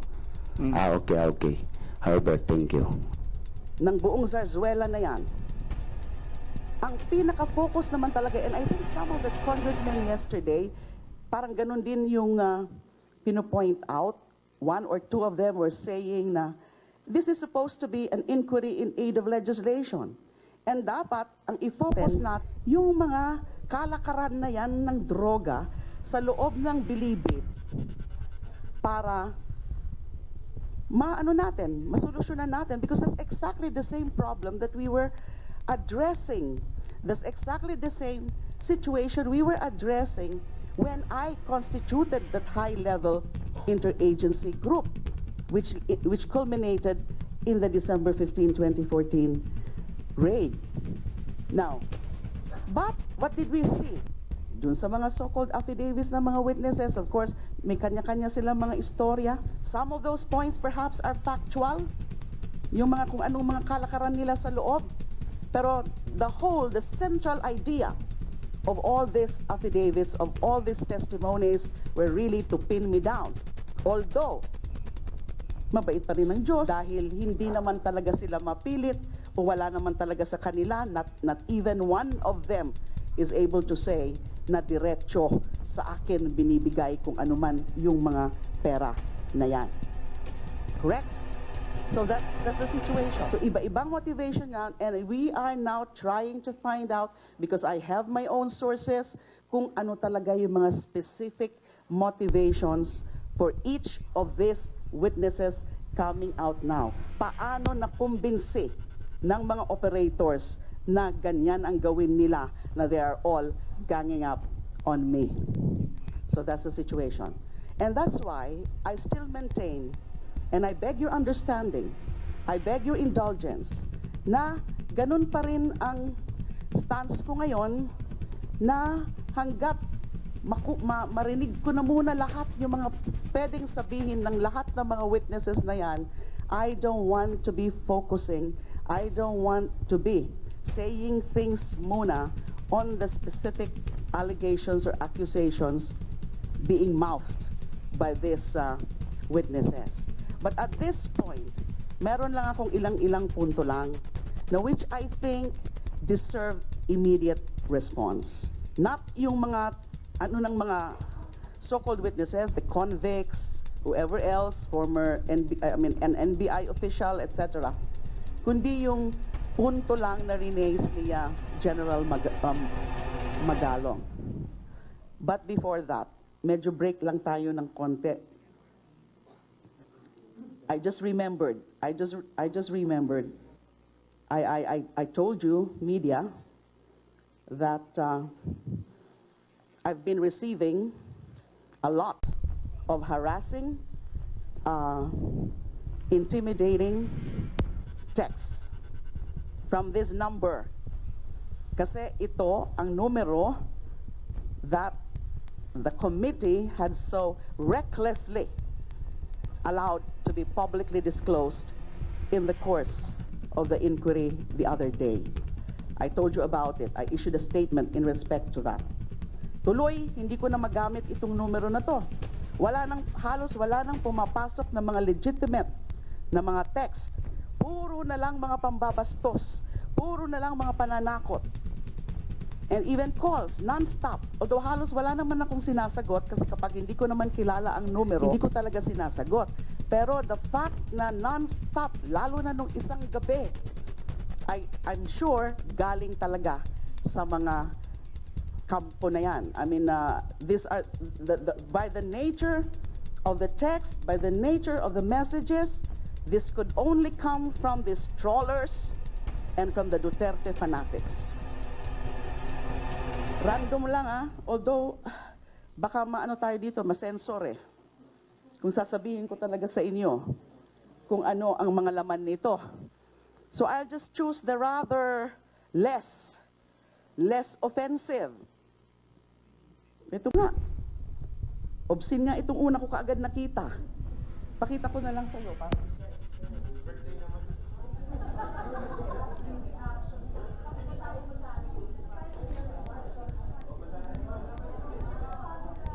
ang tao galit na sa iyo. Cuddler, immoral, pangit. Okay?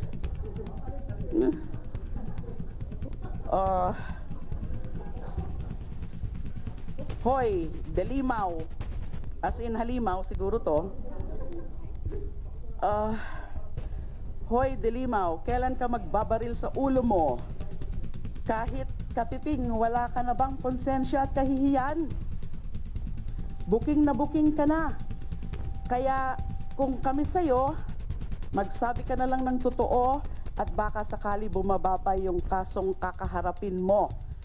Matanda ka na. Konti na lang buhay mo sa mundo.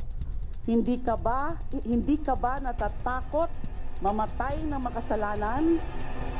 Pera lang kung pati sa impyerno gusto mo mapunta. That's just a random choice. Although, kasi hindi ko naman talaga binabasa na lahat.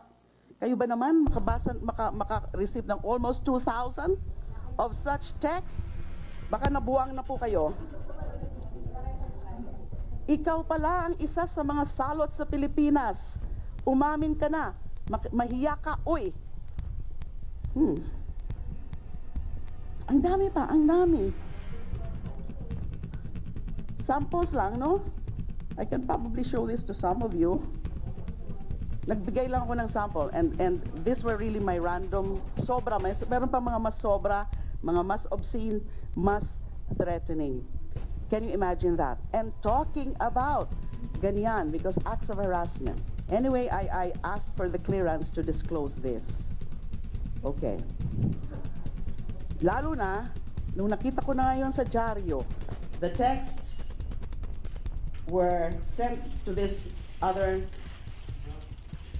cell phone of mine. Kasi halos hindi ko na nga ito gagamitin Sisirain ko na to. Pinipreserve ko lang yung mga messages for whatever purpose it may serve.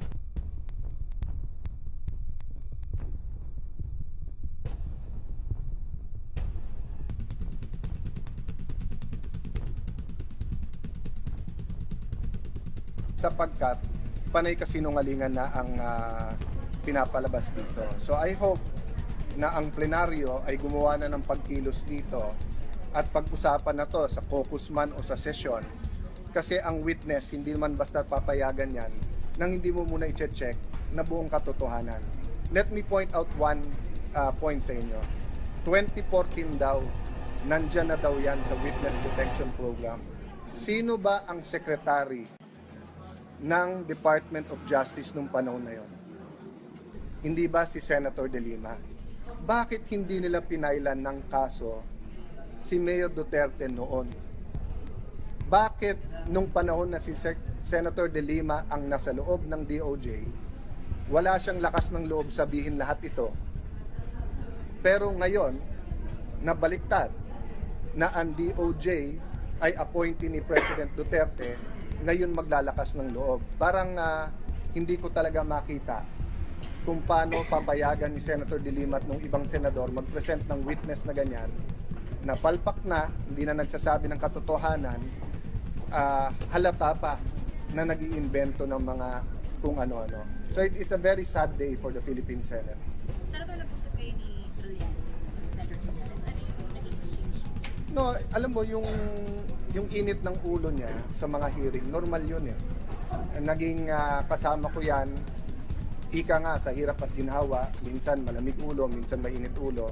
Nagulat lang ako dahil palalayasin niya ako sa hearing or patitigilin dahil hindi daw ako membro. Pero ang hindi niya alam, kasama ang privilege speech ko sa agenda. So for that purpose, membro ako ng committee. So nung ayaw niya ako pasalitain, so tumitingin ako kay chairman, biglang tumingin sa akin, tapos sabi niya sa akin, hindi talaga kita papopormahin dito. Sabi ko, ano? Sabi niya, baka akala mo papopormahin kita dito. So sabi ko sa kanya, bakit? Senador din ako, halal ako ng tao eh. Anong sinasabi mo? Hindi ako pwede magsalita dito? So ang susunod niya sinabi, yung mga pangarap mo natutupad na ba? So hindi ko na alam kung saan nanggaling yun. So sabi ko sa kanya, anong mga pangarap? Anong sinasabi mo? Hearing ang pinag-uusapan natin. So sabi niya, you're protecting evil. Sabi ko, I'm not protecting evil. So sabi niya, hindi, you're into evil na. So sabi ko, you're evil. So hindi ko nga maintindihan, kung hindi, isa lang intensyon, mawala yung aking focus sa witness. Kasi habang nakafocus ako sa witness, makikita ng tao kung nagsasabi ng totoo o hindi. Nakita nyo naman po, pangatlong hearing na to. Lahat ng oras binibigay natin sa kanila, lalo kay Senator De Lima, sa kanyang witnesses. Bakit ako, 45 minutes, 55 minutes hindi maibigay para mahimay ang witness na to, no? So, hindi ko na malaman kung Committee on Justice ba to or Committee to remove Duterte and place the Vice President in power. I'm not saying the Vice President is involved, no? But definitely some senators, no, more than 2 are involved. Ayaw niyo po mag-agree sa executive session? That's not the point eh. Hindi ko naman gusto malaman talaga yung facts. Gusto ko testingin. Kasi nakakapagtaka. Wala daw siya radyo, wala daw siyang TV, wala daw siyang dyaryo. Pero nakalapit siya sa Senado. So gusto ko malaman, may nag-coach ba sa kanya ng senador? May kumuha ba sa kanya? Anong pinangako sa kanya? Doon ako papunta. Bakit natin gagawin in executive session yon? So I will repeat my question. Bakit paglabang kay Duterte, open session kaagad? Kahit nagsasabi ng totoo, hindi. Pero bakit kapag sa credibility ng witness, mabubuko na kung bakit siya nandito, paano siya dumating dito, biglang executive session na ito. But categorically, sir, are you not agreeing? No, that's okay with me. I'm just saying that's not the point. The point is not kung ano sasabihin niya. The point is not kung ano sasabihin niya sa executive session or dito, pero makita ng tao paano ba siya, alam mo si Jun Lozada, di ba? Ang linaw sa atin kung paano nangyari eh. Akala kasi niya papatayin siya. Galing sa CR, kinuha siya. Kaya siya biglang nag-witness, di ba? Usually kasi ang mga nagwi-whistleblower, either nakokonsensya or napapahamak buhay nila. Parang si Ben Harloy, di ba? Yung kinulong din siya. So gusto ko lang malaman yung circumstance, ba't biglang-bigla gusto mo na mag-witness? So doon mo kasi makikita kung nagsasabi ng totoo, hindi. Ang tanong, bakit gusto nila executive session? Saan po nagmula yung allegation ninyo that LP is behind this witness? With this witness, it's very obvious. Nandun yung motibo. And with the actions of Senator De Lima, Senator Trillanes, and to a certain extent, Senator Drilon, may kasabihan sa amin sa Pateros at Taguig, no? If it looks like a duck, it walks like a duck, and it quacks like a duck, it is a duck. Yeah. Napaka-obvious eh. Sir, what sort of plot are you talking about? Like, ano po yung details nito? What Well, are they planning? Senator De Lima has to face the charges against her. And sometimes the best defense is offense. So rather than face yung mga sinasabi sa kanya, anong nangyari sa Bilibid, involved nga ba yung mga ibang close sa kanya sa droga, maglalabas ng ganitong witness. Kaya nga, ang una kong pinatignan motibo, Pag natanggal ang Pangulo, sino bang makakaupo? Hindi ba yung kapartido ni Senator Drilon at ni Senator De Lima? From the start, that was very, very, very obvious to us. Sino ba yung last minute na binunot ng mga kalaban ni Duterte para siraan siya ng eleksyon sa bank accounts that turned out to be fake? Si Senator Trillanes. So again, the same people are coming out. And then, sino ba may connect sa mga international parties? Yung Liberal Party. Who are the people spreading lies, misleading facts and figures to the international media? It's their group. Ano ba ang partido ni Chito Gascon? Liberal Party. So for me, if they are determined to tell lies, I'm determined to tell the truth. If they want to punish me for telling the truth, that's okay. But it's very obvious, no? After this witness, that yun ang intention talaga. Sir, sabi niyo nga, bias na si Senator De Lima, would you move for her ouster as I already brought that up nung privilege speech ko, di ba? Sabi ko sa kanila, pwede naman siyang chairman ng Committee on Justice, pero wag mag-chair ng committee na to. Kasi makikita niyo naman basta't may problema sa sagot ng witness, sasaluhin niya. Siya mag-aabogado para doon. Pag iba nagtatanong, gigit na. Tapos, kitang-kita ko naman ang senyales kay Senator Trillanes, magpapa-back up, re-rest backan pa ako, tapos hindi pa pasalitain, di ba? So, do we want to be fair or gusto nating alisin na lang si Duterte? Ang very ironic lang, these are human rights advocates, so-called human rights advocates, but they don't care about the human rights of the victims. They don't care about the human rights of the president. They don't care about the rights of senators. They don't care about people who are happier now that they're safe. All they care about is maipwesto ang kakampi nila sa Malacanang. Ano reaction niyo na out of order po kayo? Okay lang. I mean, tao naman ang judge doon. Di ba? Kung siya din na magsasabing out of order ako, badge of honor na sa akin. Kasi nakita ko namang ginagawa nila, mali naman talaga. Are you in favor, sir? Boboto ba kayo to place the witness under the witness protection program? No, I am in favor of putting him under guard and protecting him. Because kung may mangyari sa kanya, Duterte na naman ang pagbibintangan. That's very obvious to me. So I want him alive, I want him protected. Because eventually he will tell the truth. And eventually malalaman kung sino nagsusi sa kanya. Thank you.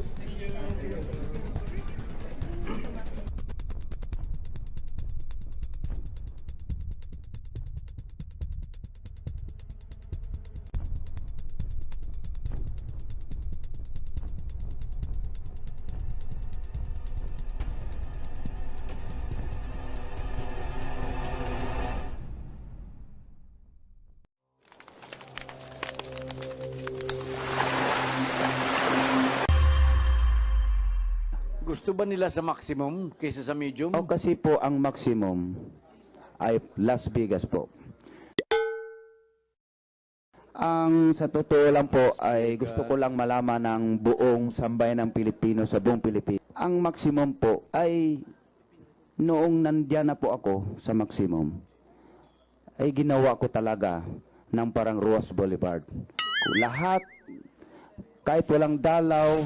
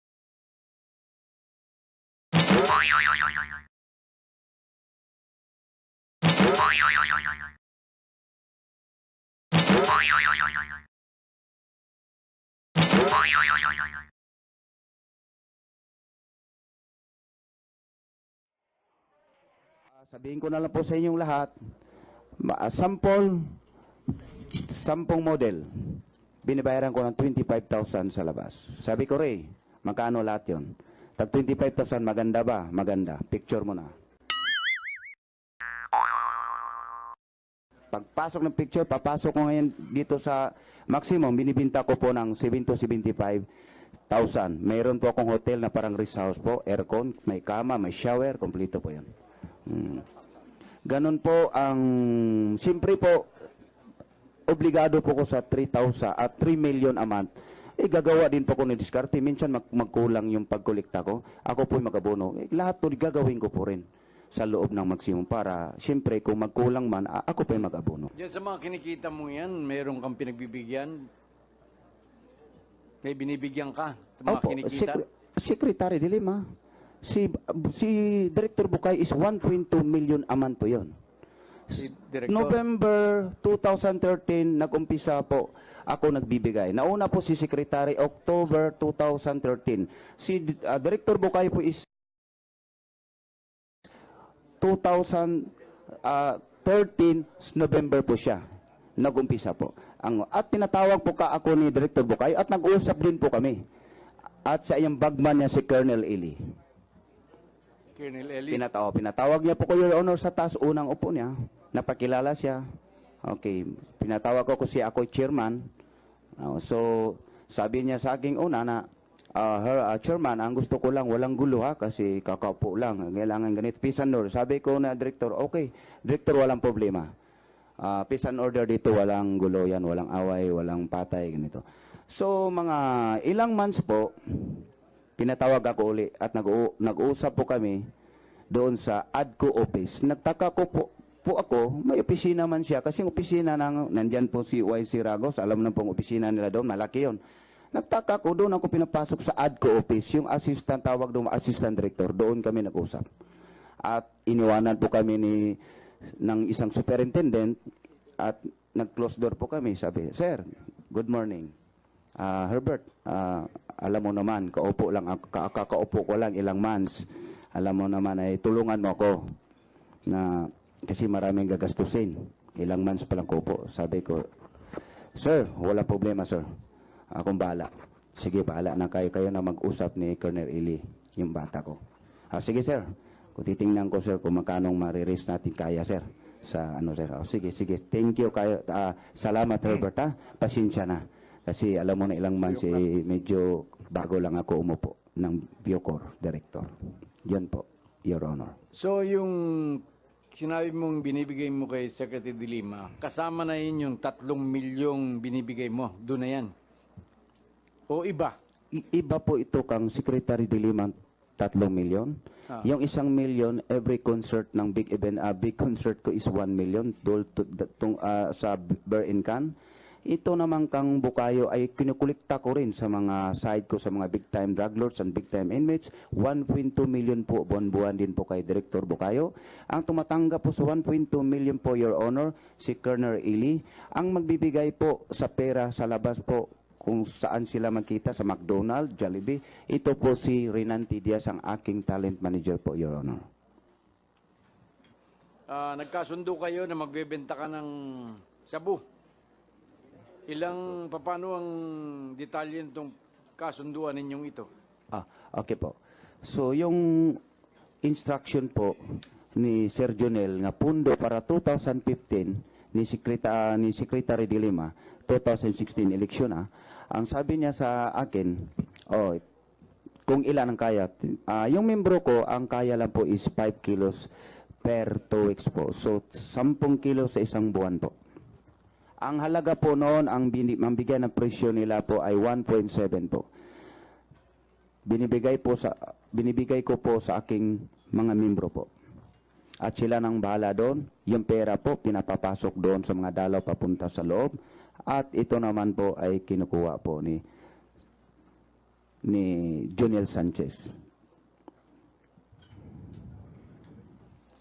Tapos, nung ikapitong paragraph, sinabi dito na nag-usap ng buwan ng November 2014, ay kinausap ka ni Jonel Sanchez, i-centralize ang operation.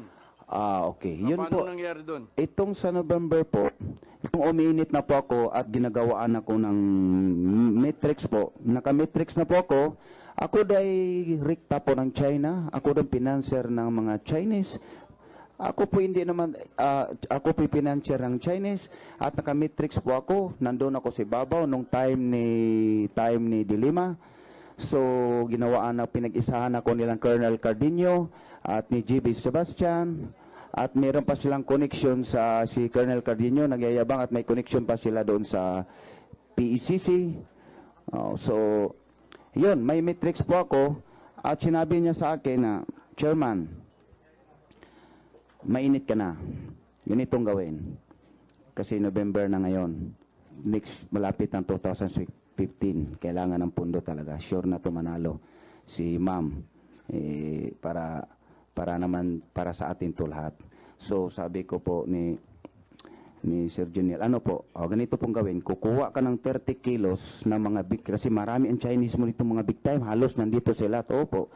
Kunan mo ng pinakabang 30 kilos to 50 kilos.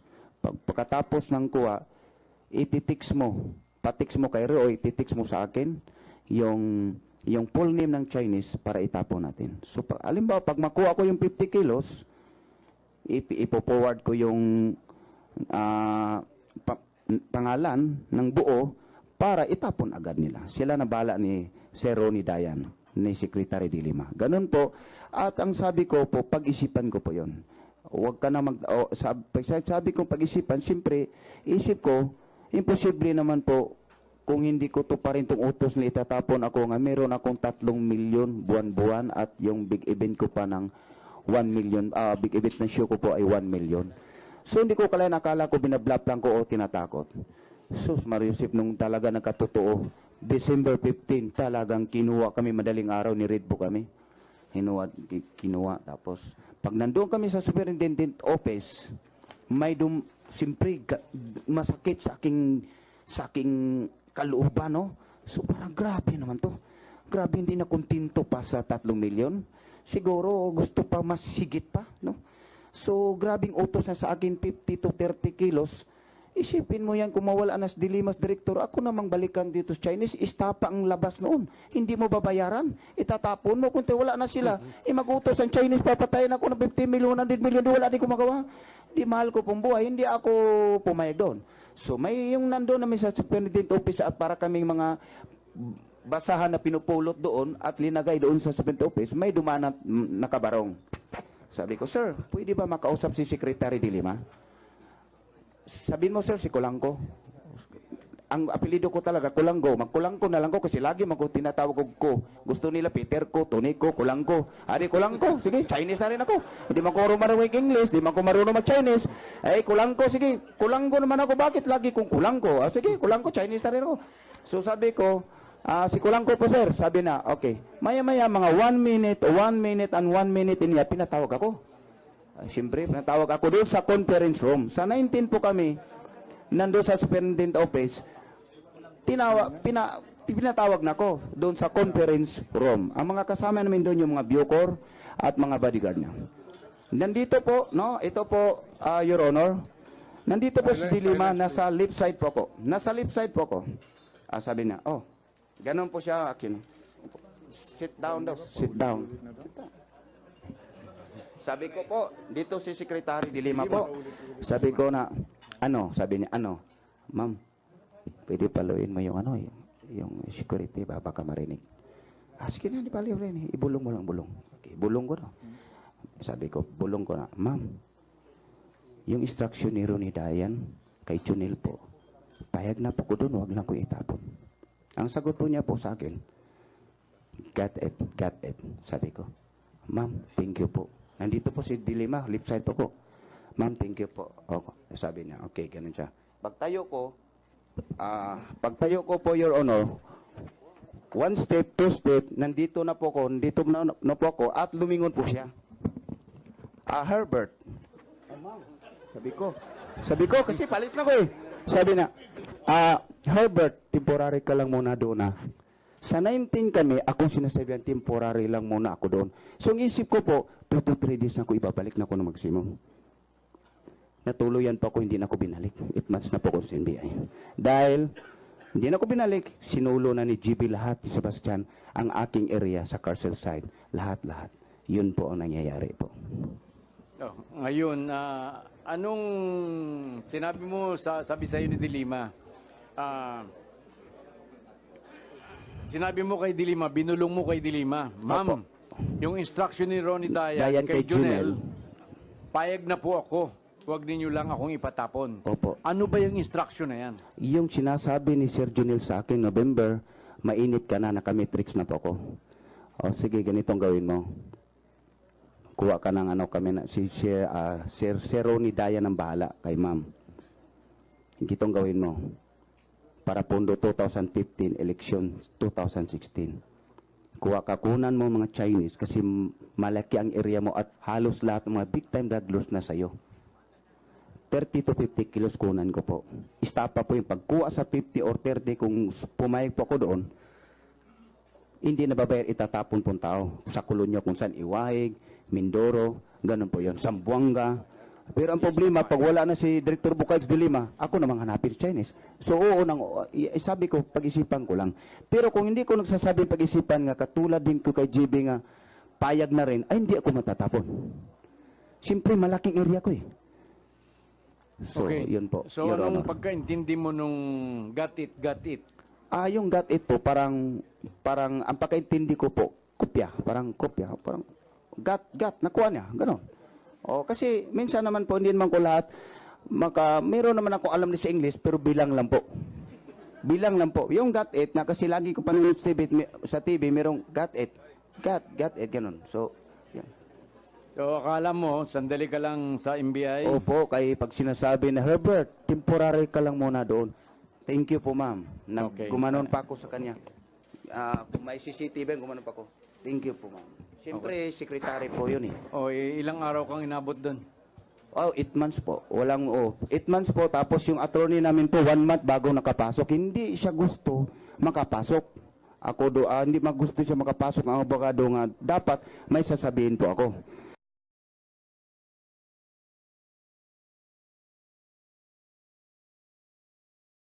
Okay.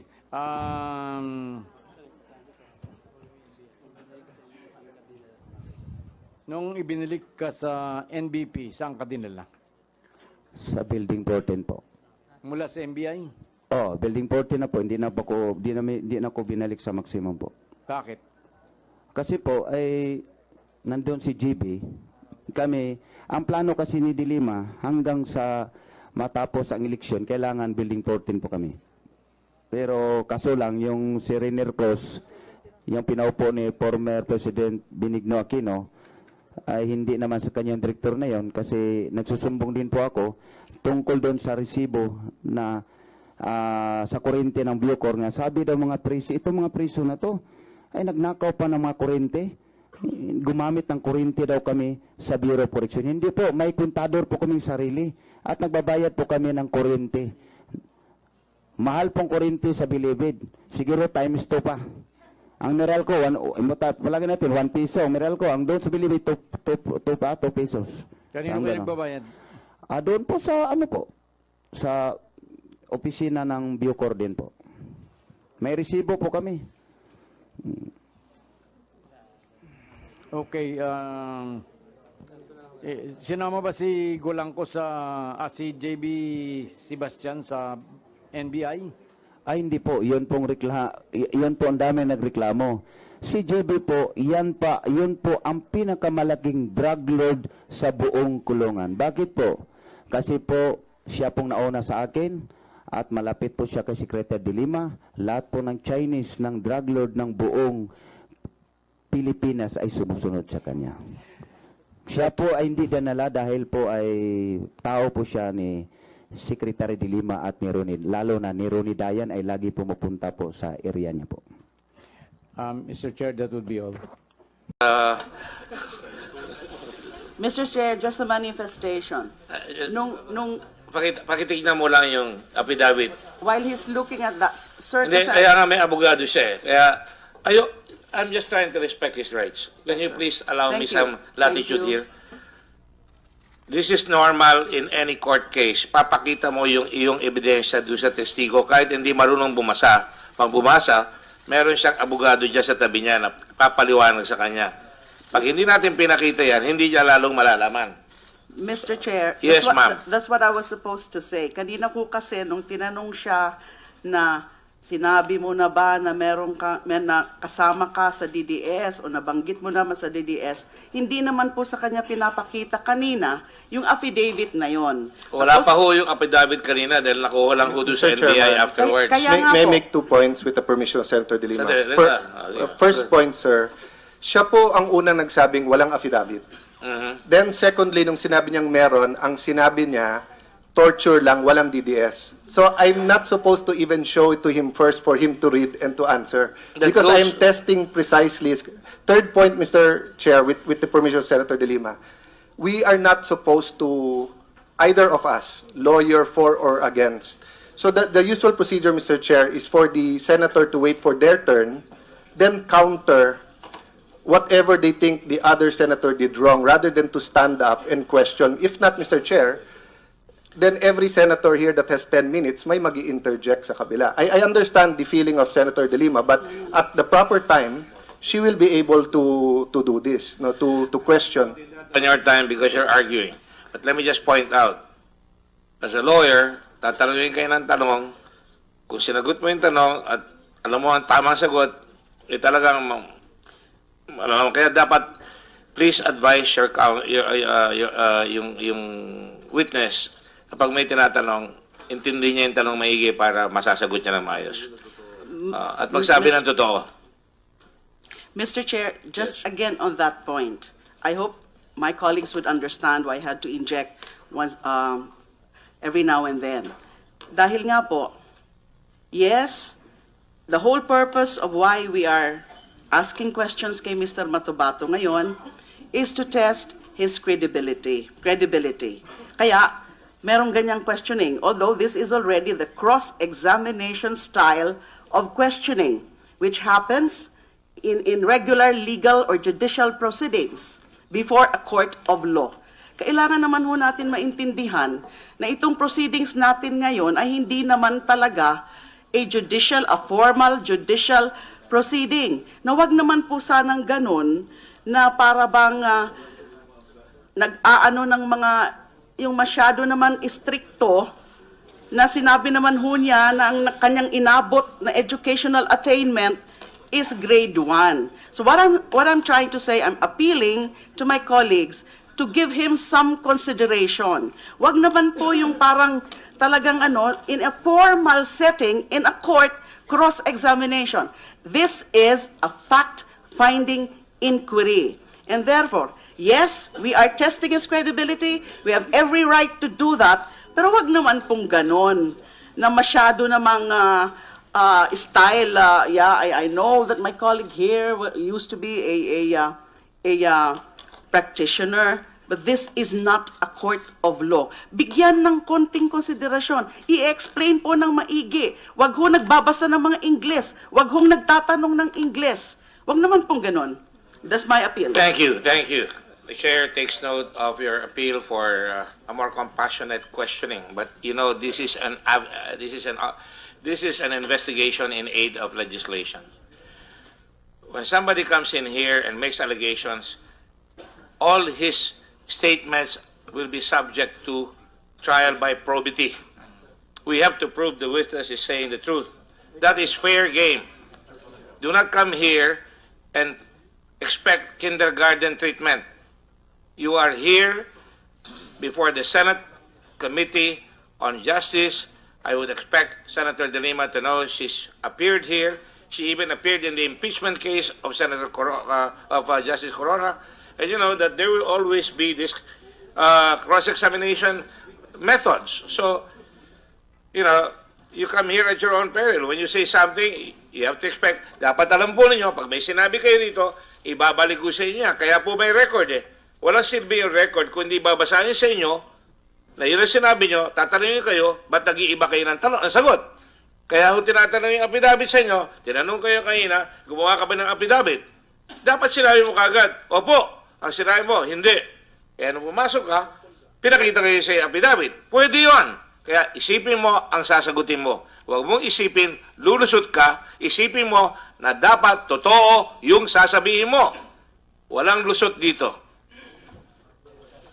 Ha? Nagkakaintindihan ba tayo? Opo, sir. Okay, walang abogado ka rito kundi yan nasa tabi mo. And I would advise all lawyers, I'm giving you wide latitude, including Senator De Lima, including Senator Trillanes, and Senator Cayetano. You've heard me call out Senator Cayetano. And I will say here, I do not want to have to say certain remarks that might offend you. Please do not let me do that. At most, I will call a break in the session so I can tell you politely. But please do not go beyond the bounds. We are here in aid of legislation. We are investigating. When somebody comes in here, we have to cross-examine. We have to interpolate. Some say interpolation, some say cross-examination. Kailangan palabasin ang totoo. Otherwise, I will hold you in contempt. Sabihin ko, sa Tagalog, iko-contempt kita. Walang Tagalog yun eh. Paliwanag mo yun sa Tagalog. Thank you, Mr. Chair. Pinapatawa ko lang kayo para mawala yung tension at baka mamaya may dudutan na naman tayo dito. Wala nang dudutan. Okay, go ahead, please. And Mr. Chair, may I just promise this committee that I'm asking the hard questions dahil may pupuntahan po ito. So, Edgar, nakita mo na yung affidavit nandyan sa harap mo, no? Una, sinabi mo walang affidavit, tapos meron, tapos torture lang. Pero kung titignan mo, ang kabuuan ng affidavit na to ay tungkol sa DDS. Tama po? Okay. Ano ba totoo, sir? Kasi sa internet may nagsasabing nakatapos ka ng grade school or ng high school at hindi talagang grade 1. Kakaulit lang ni Senator De Lima na grade 1. Ano totoo, sir? Wala, sir. Wala talaga. Hanggang anong grade ka, sir? Grade 1? Kasi sir, itong, sir, ito ang nangyari sa aking buhay, sir. Okay lang kayo, sir. Anong grade natapos mo? Grade 1, sir. Grade 1 lang. Grade 1. Saan ka natapos ang grade 1? Sa Tamayong, sir. Kalinan, Davao City, sir.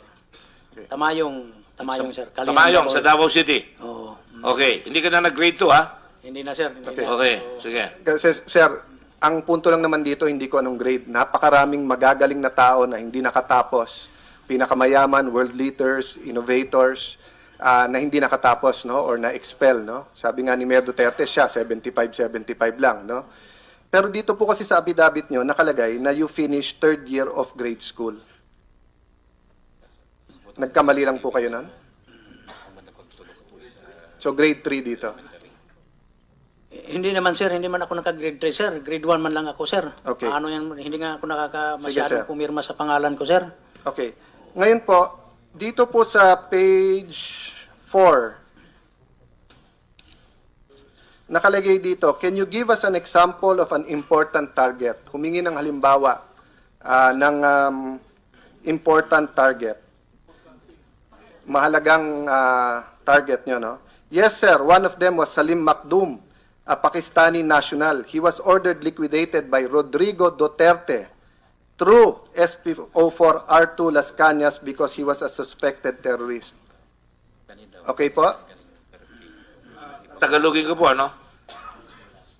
Hininga ka ng isang mahalagang target o maselan na target. Ang sagot mo, opo, si Makdoum. Si Makdoum. At ang nag-order sa iyo ay si Mayor Duterte. Yung, sir, yung si Arthur Las Cañas, sila man ang nag-uusap, sir. Si Arthur Las Cañas. Pero ang sagot mo sa affidavit ay Mayor Duterte. Ikaw sumagot na.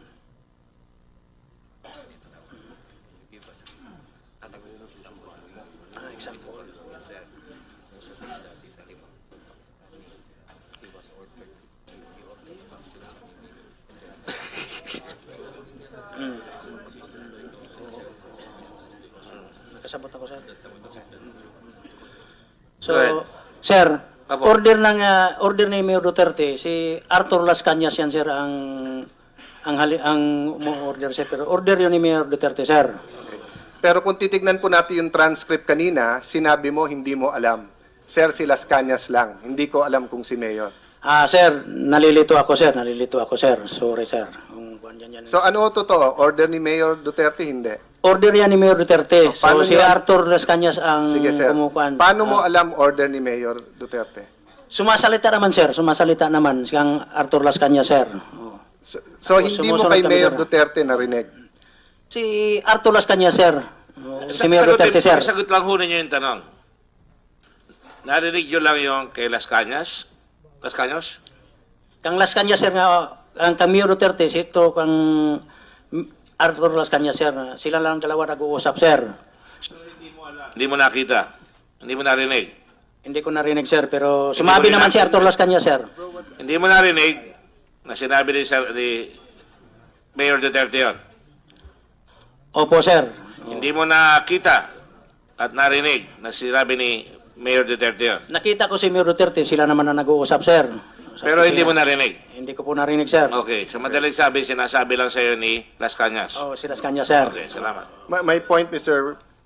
Chair, which I want noted in the record, is that the witness has a tendency to point to Mayor Duterte, but upon questioning, it is assumptions. He assumed that it happened. But to go to the It next is noted, point, the chair is a lawyer, and so are all the other people here, honorable men who can discern. Thank you, Mr. Chair. And I just had one question sa NBI. Binigyan niyo ba ito ng abogado nung gumagawa siya ng affidavit? Unassisted by counsel, Your Honor, considering that Unassisted. no assistance of counsel, considering that he was there to file a complaint, Your Honor. But in the course of the taking of the statement, he proceeded to give a statement regarding his participation with, supposed participation with DDS, Your Honor. Sa mga kapatid, siya nagko-complain sa Tagalog, nagko-complain siya, pumunta siya doon, at nung siya ay, sabi ko sa ito, no? Nagpunta ka doon, nagko-complain ka, at habang nagkakwento ka, sinabi mo na ito mga kwento na kasama ka sa pagpatay dito sa mga bagay na ito. At iba pa, tama ba yan? Opo, sir. Opo, sir. Okay. At sinumpaan mo yan, di ba? Opo, sir. Okay, thank you. Mr. Chair, I'm sorry for making my observations, putting it on record. It's just that the general audience, 99% of our people are not lawyers. So sometimes I make that. So, so with your permission, now and then, I will just make a conclusion, not of the committee, but an observation of this representation. May I yield to Senator Lacson? No, it's just about to ask the NBI na nandito. Did it not occur to you noong nagsasabi na siya ng mga incriminatory, self-incriminatory statements na mag-provide ng lawyer sa kanya? Dahil in the course of the testimony or yung paggawa ng affidavit, lumalabas na yung member siya ng DDS. So, ini-increment yung sarili niya. Hindi nyo naisip na kailangan na yata bigyan ng lawyer ito kasi self-incriminatory yung mga sinasabi. It did, Your Honor. However, we relied so much that witness or complainant to us was sent by the Department of Justice, so that the Department of Justice would have thought it prudent, Your Honor, to provide lawyer if they think, Your Honor, at that point in time that he should be detailing his activities with DDS. Para maintindihan na lahat, pinadala siya ng Department of Justice sa inyo, tama? That's correct, Mr. Chair. At pinadala siya ng Department of Justice yun na alam niya, alam ng Department of Justice, ay nag-usap na sila, na sasabihin niya na siya ay miyembro ng DDS. That's correct, Mr. Chair. As a matter of fact, in his statement, he said that I am currently under the Witness Protection Program. So, okay. So, yun. Malinaw yun, ha? Hindi niyo siya ina-arresto noon. She's under, nasa Witness Protection Program siya, at siya ay naglalatala on his own. Pumasok sa kalooban nyo, sa isipan nyo, na dapat, sana, kung siya ay arestado ninyo, bago siya, at sinasabi ko din sa madla, nakikinig, pagka kayo ina-aresto, sasabihin sa inyo, ikaw ay may karapatan na huwag sumagot, di ba? Tahimik ka naman pag tinatanong, dahil arestado ka eh. At kung kailangan mo ng abogado, po-provide kami ng abogado para hindi mo mapapahamak ang sarili mo. Pero ito, iba ang sitwasyon dito. Hindi nyo siya ina-aresto, nagpunta siya ng kusang loob, padala ng Department of Justice, nililinaw ko lang para malinaw ang sitwasyon. Tama ba yan? That's correct, Your Honor. Thank you. Attorney Tama Tubera po ba yan, Mang Edgar? Opo, sir. Salamat po. Yes, Attorney Tovera. Thank you, Mr. Chair. In connection with the previous question and answer by Deputy Labin, the witness was turned over to us to evaluate his testimony insofar as his personal case is concerned and the Davao Death Squad. Since the beginning, we already advised him to be assisted by counsel. But as things went on, like today, Your Honor, he opted not to choose counsel. And the matter that we investigated is in his personal case. However, when we dwell on the Davao Death Squad, na marami na po siyang revelation, we need to verify the truthfulness of his allegations. So we invited him to go to Davao in order to recover the corpus delicti because he intimated to us that their victims were being buried in some places there. Yung mga bangkay, yung corpus delicti, mga bangkay. Opo, Your Honor. Pinapunta niyo siya mag-isa doon? Huhukayin niya? Hindi po. Kasama po namin dapat siya. NBI investigators and NBI of Davao kasi may coordination na po kami. Pero ang sabi po ni Ginoong Matubato, huwag niyo po akong padadapuin ng Davao. Airport pa lang, patay na po ako. So, hindi po namin na case build up yung sinasabi niya na Davao Death Squad na may utos yung kagalang-galang na mayor po doon at iba pa pong politiko. So, hindi po kami nakapag-case build up sa Davao Death Squad which necessitates the assistance of a counsel, Your Honor. That's correct. All right. Okay. Malinaw. Okay. Go ahead. Okay. Thank you, Mr. Chair. Sir, kanina tinatanong kita balik tayo kay Mr. Macdum, no?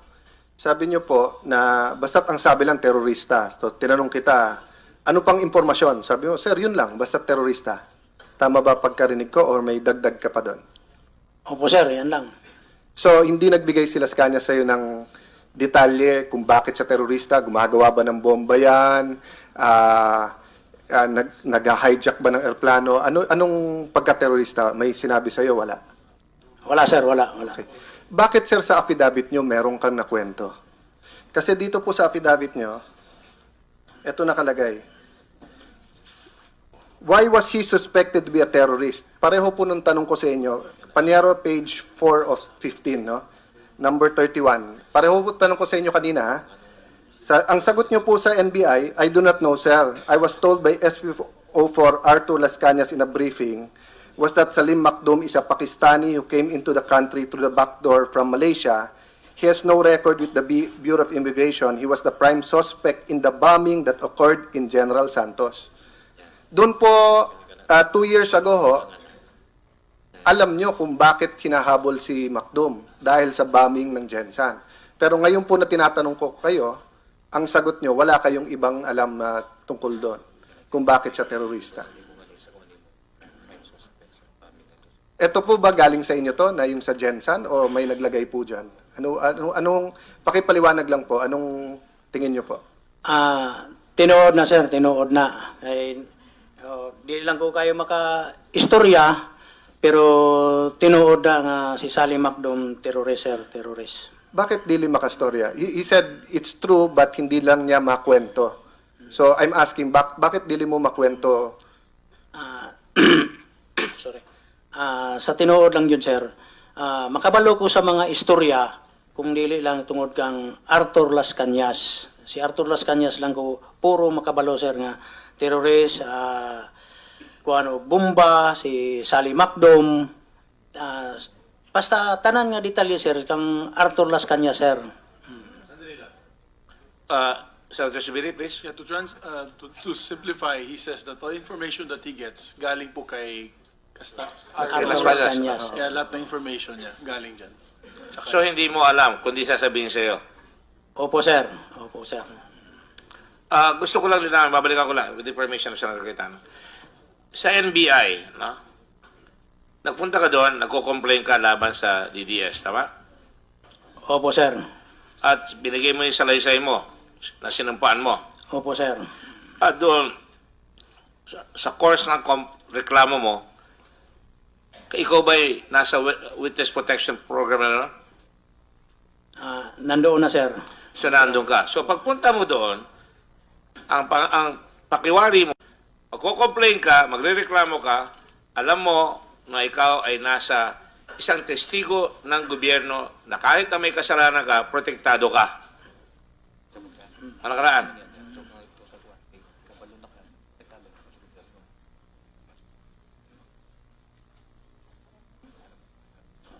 Sir. Naintindihan mo yung tanong ko, ha? Naulit ko yan, ha? So, dahil ka nagpunta doon na nasa witness protection ka o ikaw ay protektado ng gobyerno, sa salaysay mo, umamin ka laban sa iyong sariling interes. Na inaamin mo na ikaw ay pumapatay. Opo, sir. Tama ba yung sinasabi ko? Yes, Mr. Chair.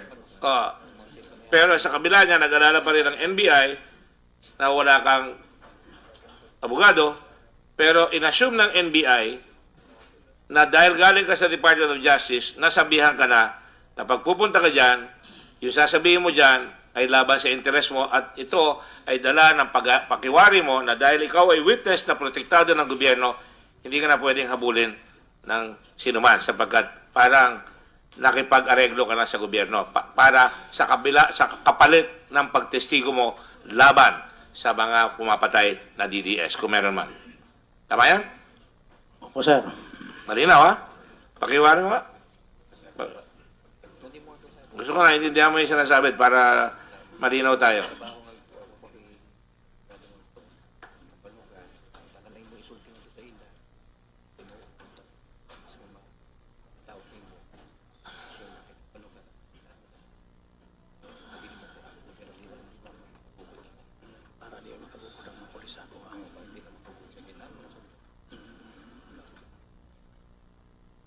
Malinaw sa'yo po? Tinuod, that means totoo po yan. Tinuod na, sir. May tinuod. Kasi sa amin, Totoo, sir. Totoo nga. Totoo, sir. Tuod man. Hindi naman ako mahabol ng mga pulis, sir. Yung para hindi ka na mahabulin ng pulis dahil ikaw ay protektado ka na ng gobyerno. Testigo ka na ng gobyerno laban sa mga ibang masasamang loob. Sir. Tuod man. Okay, yun lang gusto kong malaman. Okay, thank you. Go ahead. Ang punto ko kay Edgar, kung galing man kay Las Cañas o hindi, kanina sabi mo, hanggang dun lang sinabi sa'yo ni Las Cañas. Hanggang dun lang na terrorist. Pero sa affidavit mo, siya daw ang suspect sa Jensen bombing. Alam mo ba na siya suspect sa Jensen bombing o hindi? Basta si Las Cañas ang nagsasabi sa akin na suspect yan sa bombing. So, nasabi niya sa'yo? Opo, sir. Bakit kanina nung tinatanong kita kung may alam ka pa tungkol kay Macdum, sabi mo wala na sir, basta terrorist lang? Sir, itong salaysay ko, sir, sa katagalan, sir, minsan nalilimot ako, sir, nalilito ako, sir. So hindi Yan ka talaga, sure sir. sa testimony mo kung ano pa maalala mo at hindi? Naalala ko, sir. Ngayon nga binigay ito sa akin ngayon, naalala ko na, sir. Naalala ko na. Magsasabi naman ako ng totoo. Siyempre, kasali ako dyan, sir. Sir, pero paano namin alam kung ano paniniwalaan mo na nakalimutan mo, ano yung totoo, ano yung sinabi ni ganito. Kasi napakabigat nung statement na yon eh. Na kaya matibay loob mong patayin siya kasi alam mo siya yung bumomba sa Jensen. Pero nakalimutan mo na ang dami mong detalye po na naalala mo lahat, pero yung iniisa-isa kong detalye sa iyo, umiiba ho. Kaya Edgar? Kana, sir, maura ginasa nga ako ikasulti nga tinuod na, sir. Sige po. Dili na bakak, sir. Dili na bakak. Sige. You want to translate then I'll move on to next Sabi ni point. Ka Edgar, yan lang daw masasabi niya. Yan ang sabi niya, katotohanan. Ayon sa kanya. Again, with the permission of Senator Cayetano, I just want to, yung mga lukot maayos eh. Ang sabi mo kanina dito, ikaw ay asset. Yes, sir. Nagpunta ka doon sa heinous crimes at ang sabi mo, asset ka. Yung bang asset may bayad? Wala, sir. Wala, sir. Wala, sir. Walang bayad. Papatayin si Macdum. Wala kang bayad, kasama ka sa nila para patayin ng isang tao, okay sa'yo, hindi ka magtatanong? Lalo na't pinsan ng asawa mo, yung asawa ni Macdum? Wala naman akong magawa, sir, kasi project man yun ng mga pulis, sir. Pinipilit ka ba ng mga pulis? Hindi, sir, hindi naman. Bakit sasabihin mo walang kang magawa? Wala naman akong magawa, sir. Siyempre, mga pulis man yung Kasi ang importante sa akin, malaman ko. Ako, alam ko na hindi ka masyado nakapag-aral, pero hindi excuse yun na hindi ka makapagsabi ng totoo. Oo, sasabi akong totoo, sir. Para sa iyong protection, dapat magsabi ka ng totoo. Dahil dadami pa yung problema natin pagka gano'n eh. Oo, sir. Oo, sir. So, hindi mo naiisip na, ba't naman natin papatayin yan? Terrorista yan eh. Kayo sinasabi mo, siya nag-bombing doon sa Jensan. Pag sinabing bombing sa Jensan, parang meron ka ng rason. Patayin natin ka. Talagang nang bomba, pumapatay ng tao yan. Pero sinabi mo kayo na, terrorista lang yan, papatayin mo, sasama ka uli. Papatayin mo si McDom, sasama ka sa kanya, kahit napinsan mo, dahil terrorista yan. Hindi ko maintindihan yan. Para bang, tapos ngayon haharap ka rito, I'm sorry pasensya ka na. Haharap ka rito, sabi mo, after telling us, kasama sabi mo sa amin, ang napatay mong tao, minimum 50, sabi mo nung isang araw, hanggang 1,000 kasama ka, alam mo. Tapos ngayon, wala ba tayong konsensya, kapatid? Nagkukonsensya naman ako, sir. Kaya ka nagpunta rito, di ba? Nagkukonsensya naman Kaya ako, ka sir. nagpunta rito? Opo, sir. Kaya ka humarap dito ngayon? Opo, sir. After 50 to 1,000. Kaya nga sinasabi ko, siyempre kung ikaw, kahit na sinong tao, papatay ka, hindi ka basta papatay, terorista eh. Kasi yung terorista, bakit, ano bang ginawa niyan? Siyempre, ang gatong, sabi ko, nagpaputok, maraming pinatay, angal ka. Hindi mo naman kilala yan, ba't ko papatayin yan? Lalo wala kang bayad. Asset ka eh. Opo, sir. Asset, walang bayad. Walang bayad, sir. Di ba may sweldo ka kamo dun sa CAFGU? 6DF, sir. 6DF, sir. CHDF. May sweldo ka doon. Allowance man lang, sir, ang CHDF, sir. Ano ba hindi ba yung CHDF parang CAFGU yan? Iba yan? Civilian Home Defense Force. Oo, sir. Wala na yan noon. By that time, alam ko, ang CAFGU pumalit yan, di ba?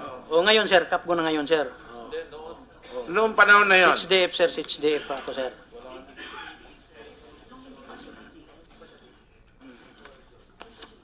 Kailan ba, nung pinatay ba ninyo si McDoom, CHDF ka, or CAFGU, or ano ka?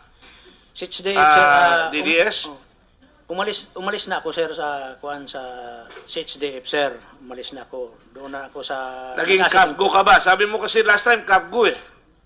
CHDF, sir, CHDF. Ngayon, ang pumalit na, sir, CAFGU na. Parang iniisip ko na nga... Sir, sandali lang po. Na, sir. Ang sabi nyo rito, nakita ko sa transcript, kung di ko nagkakamali, sabi nyo, CAFGU kayo. Ano ba talaga? CAFGU o CHDF? CHDF, sir. CHDF, sir. So, pinabago nyo yung statement nyo? Sir. CHDF, sir. Sige. Tapos, naging asset kayo ngayon.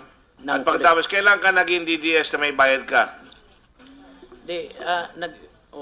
Nag-umpisa ako ng DDS, sir, is 1982, sir. 1988, sir. 1988. 1988. Oo, sir. Mr. Chairman, a bit of information. Yung CAFGU, nagsimula ito 1987. So 1988, CAFGU na, wala nang CHDF, for your information. Anyway, magulo.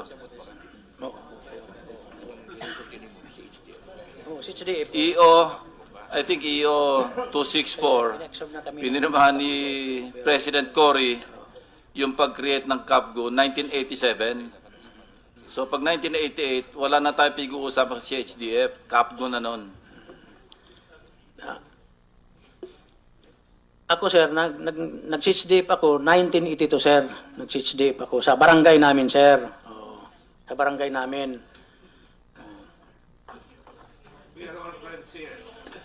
We're all friends. No, I take exception, Mr. Chairman. I was not confusing the witness. I was stating a fact. How could you say that I was confusing him? Well, please address the chair. I was about to tell, I will say, admonish Senator Trillanes to stop saying dates because the witness can hear. You're so near. We're after the truth here. Tama yung sinabi ni Senator Lacson. Tama yung sinasabi ko. Nakalagay sa affidavit mo, CAFGU. Ano ba talaga nasa isip mo? CAFGU or CHDF? 1982, sir. Hindi, tinatanong yan. 6 days ako, sir. O, kaya... Ha? So, ngayon na, sir, ang ang 6 days, pinalitan na ng CAPGO, sir. Kaya nga, CAPGO, sir. Alam mo, pasensya ka na, makukuha ko yung record mo sa CHDF. Oo, sir. Oo, sir.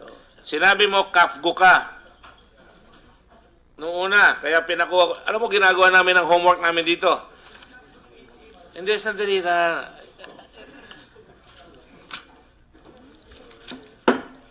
Suspended. Let the witness testify for himself. Yun ang problema naman.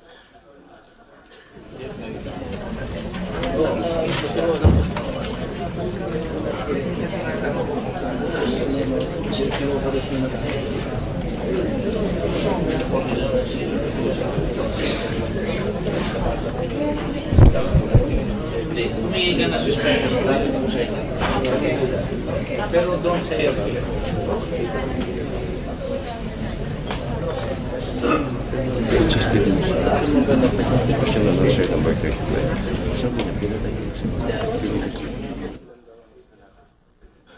I will, session resume. I will admonish everyone here in this chamber, senators and also people watching, do not open your mouth. Do not say anything. May kasabihan sa Kastila, yun lang nalalaman ko sa Kastila, maganda pakinggan, sera la boca para no entran las moscas.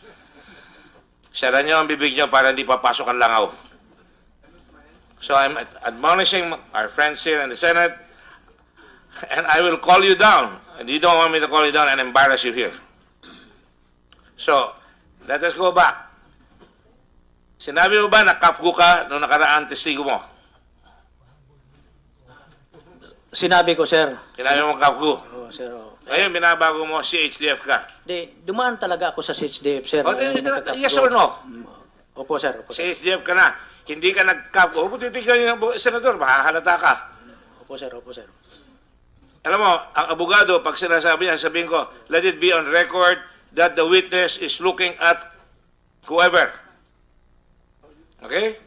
Huwag kang hingi ng tulong kahit kanina dito. Ikaw ang nasa upuan dyan. Okay?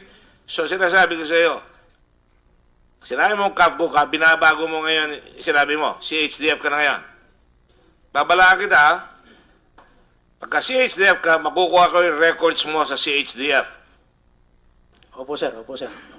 Okay? Dahil sinabi mong CAPGO, nagpapagod kami rito na kinuha ko yung record sa CAPGO at sinasabi rito, certified, walang taong katulad mo na nagpunta sa CAPGO. Okay? So, okay, sinasabi mo sa HDF, hahanapin ko yung record nyo. Let the Secretary of the Committee call up the military, the AFP, and find out whether the name of this person, Mr. Edgar Matabato, ever served in the CHDF. Because lahat siyang binabayaran. Pag binabayaran, ina-account niya ng COA. Aalamin kung nabayad sa iyo. Sumweldo ka ba sa CHDF? Nagbigyan ka ng allowance? Allowance, sir. O, so meron yon. Kung ipirma ka, di ba? Opo, sir. Sa barangay namin, sir. Sa barangay namin. Oh, yes. Yes. Just a bit of manifestation. Inamin naman po niya talaga na sinabi niya dati, during the last hearing, CAPGO. Now, bakit niya naman mention na si HDF? That's what he was trying to explain po. Let's consider yung mga year na sinasabi. Kanina po, narinig po siguro natin, noong 1982, CHDF, pero he's being cut short when he is trying to explain bakit yung naging CAPGO. We have to remember po, again, just to make a point, drive home the point, yung point ko po kanina, na this is not a court of law. Remember po, na in cross-examination in court, the lawyer of the witness can always object. But in the proceedings before the Senate, the lawyer is not allowed to object, but simply to advise. And therefore, nangyayari na mayroong mga misleading questions na hindi naman kayang the counsel would not be able to come to his rescue kung merong mga ganong mga questionable questions. Because nga bawal ang lawyer na mag-object on behalf of the witness. So sana po, again, I go back to my appeal earlier, iwasan po natin yung mga misleading na kapag naman po siguro meron siyang ine-explain, hayaan naman po siya para maka-explain. Thank you so much. I would normally say I resent that remark, but you're a lady. And I will always respect you as a lady. There is no attempt on the part of this representation, and I believe people seated on this bench here, on this desk here, of any attempt to mislead. He has a lawyer. You all know. The whole country is witness to the fact, hindi natin tinuloy ang investigasyon hanggang humanap tayo ng abogado. Para nga ma-advise siya na kung may sasagot siya, makakabulong. Hindi nga court of law ito, pero kaya nga may abogado tayong binibigay para pag may tatanong sa kanya na makakapahamak sa iyo, may abogado ka magsasabi, huwag mo muna sagutin yan. Pag sinagot mo yan, delikado tayo dyan. Hindi nga makakapagsalita yung abogado, pero ma-advise siya. Hindi namin siya hinanap dito, kaya nga pertinent yung sinasabi ko kanina, sino ba ang presentor? Sino ba ang nagdala rito? Lahat yan tinanong natin. So please do not cast any aspersion. We're all lawyers here. I don't want to lecture any other lawyer here. I do not want to be lectured either. So let us proceed. Just to make the record clear, hindi kita ginugulo. Tinanong lang kita dahil sabi mo, sa iyo nang galing, sa bibig mo, dito, sinabi mo, kafgu ka. Nung sinabi sa akin, walang pangalan na kafgu, tinatanong kita ngayon, hindi ko pa pinapakita itong certification ito, pumihil ka na CHDF ka. Alright? Hindi kita niloloko. Dahil pag sinabi mo CHDF ka, tungkulin ko at tungkulin ng mga senador dito, hanapin ko ikaw ay CHDF. Malinaw? Opo, sir. Opo, sir. Alam mo, hindi kita niloloko. Opo, sir. Opo, sir. Opo, sir. Okay, malinaw sa'yo, ha? Malinaw sa akin, sir. Okay, thank you. Alright, yun lang. Mr. Chairman, for the record, Yes, just short lang. Senator Pacquiao. What I understand, Mr. Chairman, dito, ito ay inquiry sa isang witness para pakinggan natin yung yung statement ng witness. Hindi natin didipinsan siya o ano, kundi examine natin kung nagsasabi siya ng totoo. Tayong mga senador ay mag-iimbestiga, hindi magpuprotekta doon sa witness. Yun po ang rules natin dito. Thank you, Mr. Chairman. Inuulit ko, nagpunta po kayo dito, kayo ang nagpresenta, kaya tinatanong ko kayo na sino nagpresenta sa inyo, sabi nyo kanina, hindi nyo kailangan abogado, nalagay tayo ng abogado, naganap pa kami, meron pang isang abogado dyan, naka-reserve. Pero hindi ho namin kayo lulukohin dito. Yun ang gusto kong sabihin sa inyo. Ano po? Kaya magsabi lang ho tayo na ito, nililinaw kasi ang problema niya, pag may sinabi kayo at may affidavit kayo, gagamitin yung affidavit. Kaya nga ho sinabi ko, sa mga susunod na testigo, kailangan may affidavit dahil yun ang gagamitin basihan para tanungin kayo sa inyong sinasabi kung totoo o hindi. Malino po? Opo, sir. Okay, please proceed. May I open my mouth, Mr. Chair?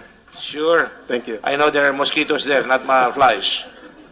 No, the chair is correct, just for the purpose of order. We are all passionate here because we are all in search of the truth. Mr. Chair, there's no intent whatsoever to mislead. In fact, tinetesting natin yung witness, is he misleading the public and this committee or tama ba? Kaya pag sinabi niyang walang affidavit tapos meron, kaya, hindi misleading yun eh. Tinetest nga yung sinasabi niya. So having said that, kay Edgar, balik tayo kay Mr. Macdum, no? So nung dinala niyo na po dun sa lote ni SPO4 Laod, tama po ba, sir? Opo. Anong ginawa niyo po sa kanya?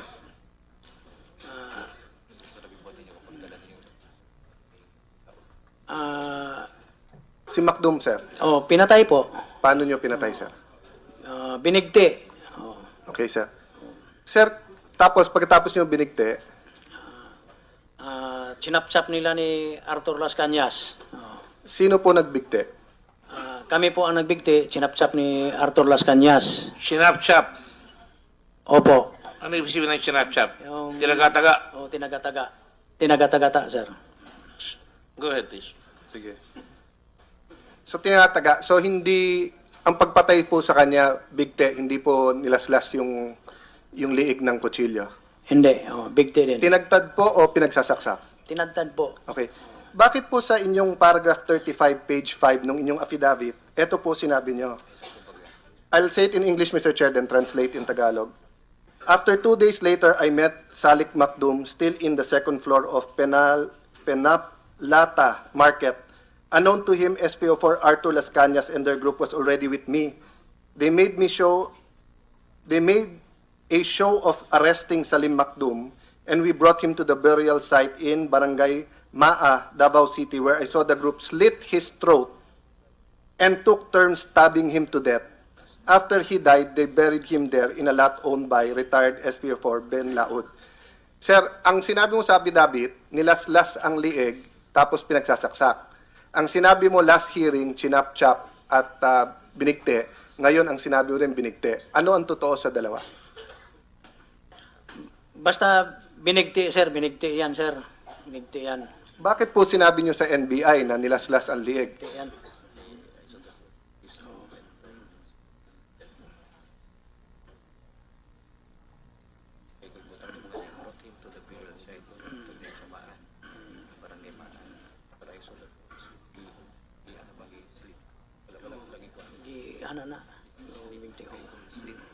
Senator Cayetano, you have one Yes, sir. minute and 10 seconds. Okay. May sagot ko kaya kay Edgar. Bakit magkaiba parati kwento nyo sa Hindi naman affidavit? kinakount yung time ng witness eh. Yung witness can answer for a long time. I'm just telling you that because Yes, sir. you already have three Yes, sir. Thank you, sir. substitution. Go ahead. Sir, yung pagkuhan na, sir, si Arthur Las Cañas na ang sumaksak at saka sumapsap, sir. Igo lang ko nga nagbigti. Igo lang ko nagbigti, sir. Siya lang daw nag-strangle. Sino? Siya lang? Siya nag-strangle. Pero yung sumaksak daw, yung... Sandali lang po, no? Okay, magagalit sa akin. Sinabi nyo kanina, binikti nyo yung dalawa ni, ano pa na, si Castañas. So, Lasanya, ano? Nagugutom tuloy ako dito. Opo. Malapit na po Pasko, kaya Castañas. Ano pangalan nung? Ano? Las Cañas, sir. SPO4 Las Cañas, sir. Alam ko naman, para lang ma-relax tayo. Las Cañas. Okay. Sabi mo kanina dalawa kayo nagbigti. Tinulungan mo siya. Basta, sir, kaming dalawa ang nagbigti. Katapos, pagbigti, sir. Pero ngayon, sinasabi mo, ikaw lang ang nagbigti. Hindi, nagbigti, alin sir. ang totoo? Tapos, siya na may hawak man siya ng kutsilyo. Siya na ang... So, nagbago na naman tayo. Kanina, dalawa kayo nagbigti. Kaming ang dalawa, sir. Kaming dalawa. Tapos? So, may hawak siyang kutsilyo, sir. Tapos? Tapos, nilaslas ginanyan silig. siguro niya, sir. Importante, ba't di mo sinabi kanina? Sinabi mo lang binigti. Sir. Importante yun. Opo, sir. Kailangan kompleto, sir. Nilaslas yung leg. Lalo na sinabi mo doon sa affidavit mo nung una, na nilaslas, tapos sinaksak. Pagdating mo rito ngayon, binigti, sinapchap na. Wala yung laslas. Wala yun. Opo, sir. Anong paliwanag mo? Basta yung sa akin lang, sir. Totoong-totoo yan, sir. Hindi pwede yung basta. Totoo. Kailangan sabihin mo yung totoo talaga. Totoo. Ano yun? Basta. Kay Gordon pa rin ako. So, sa ako, sir. Gibigti na siya, sir. Tapos, gilaslas na ni Arthur Las Cañas, sir. Muna akong gusto ipasabot, sir. Translation, please. Translation, please. Yan ang gustong ipaalam, ipaintindi sa inyo. Okay. Ano ang gusto mong pailang? Kanina sinabi mo, binigti. Ninyong dalawa. Tapos wala na. Tapos ngayon, nung nakaraan, sinabi mo, pinagsasaksak.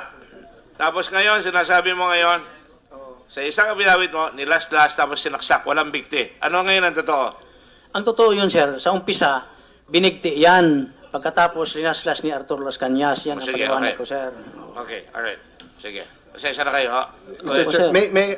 May I ask Senator Pacquiao to ask the question? Kasi ang question ko, bakit iba sa NBI sinasabi mo, iba dito? Gar, nganong lahi-lahi man imong statement, lahi sa NBI, lahi dire. Lahi-lahi man imong istorya. Usahay man gud, sir. Naglibog na ko, sir. Usahay naglibog ko. Ano yan? Ang sabi ko, bakit, ang tanong ko sa kanya, bakit iba, Mr. Chairman, ang tanong ko sa kanya, bakit iba-iba yung statement mo sa NBI saka dito? Ang sabi naman niya, nalito na po kasi ako. So nalito na po kasi siya. So Just for the record, ang sa Bisaya po kasi nalito, naglibog. Sa Bisaya, nalito. So sa Tagalog kasi naglibog. Pangit, iba yun eh. Hindi naman pangit yun. In your mind, naglibog. Anyway, for the record again, Mr. President, Mr. Chairman, iba po yung nasa NBI. Kanina, I asked him, may las-las. Sabi niya, walang las-las. Next question, ka Edgar. Nakakang barel? Do you have a gun? Nung panahon na yun? Sir, na ako. Sarili mo? Opo, sir. Opo, sir. Anong klaseng barel? 45, sir. 45. Anong brand po? Colt 45, sir. So, original? Original. Binili ko yung kang Arthur Las Cañas, sir. Okay. Binigay sa'yo? Binili, sir. Binili. Magkano pila ang... 25 man siguro, sir. Paano mo na-afford bumili ng barel na 25,000 kung 3,000 a month lang ang sweldo mo? Hindi man, sir. Ako, nagbro-broker ako ng lupa. Yung may ginansya naman ako, sir. Nagbibinta-binta ng lupa, sir. Sa Island Ganit, Samal, sir. So may iba kang income kasi nung unang sabi mo, yun lang, 3,000, naging 4,000, naging ganon. So may iba ka pang negosyo din. Siyempre naman, sir, kaya kung hindi ka mabubuhay sa sahod mo, sir, nga 5,000 lang, may anak ka, sir, paano pagkabuhay mo yan? Hindi, sir, ang punto ko, nung una kasi ang pinapalabas mo, kaya ka nag-DDS, yun lang sweldo mo, wala kang mahanap na ibang trabaho. So kung may kinikita ka naman sa lupa, bakit ka pa pumasok sa DDS? Hindi man yung piraminte, sir. Hindi man yung palagi nga may income ka, sir. Pero para sa 3,000 isang buwan, papatay ka ng papatay? Hindi man yung sarili ko, sir, nga desisyon, sir. Yung talaga yung sa mga policeman yan. Inuutusan ka man lang, sinasama. Okay. Anyway, Mr. Chair, I won't argue with the witness on that. Sir, dun sa mga security, sabi nyo ni Speaker Nograles na pinatay niya, ilan sila? 4, sir. Ilan ang hinulog nyo sa tubig? Lahat, hinulog sa tubig, sir. Lahat? Lahat, sir. Ilan ang, pakiulit paano nyo ginawa?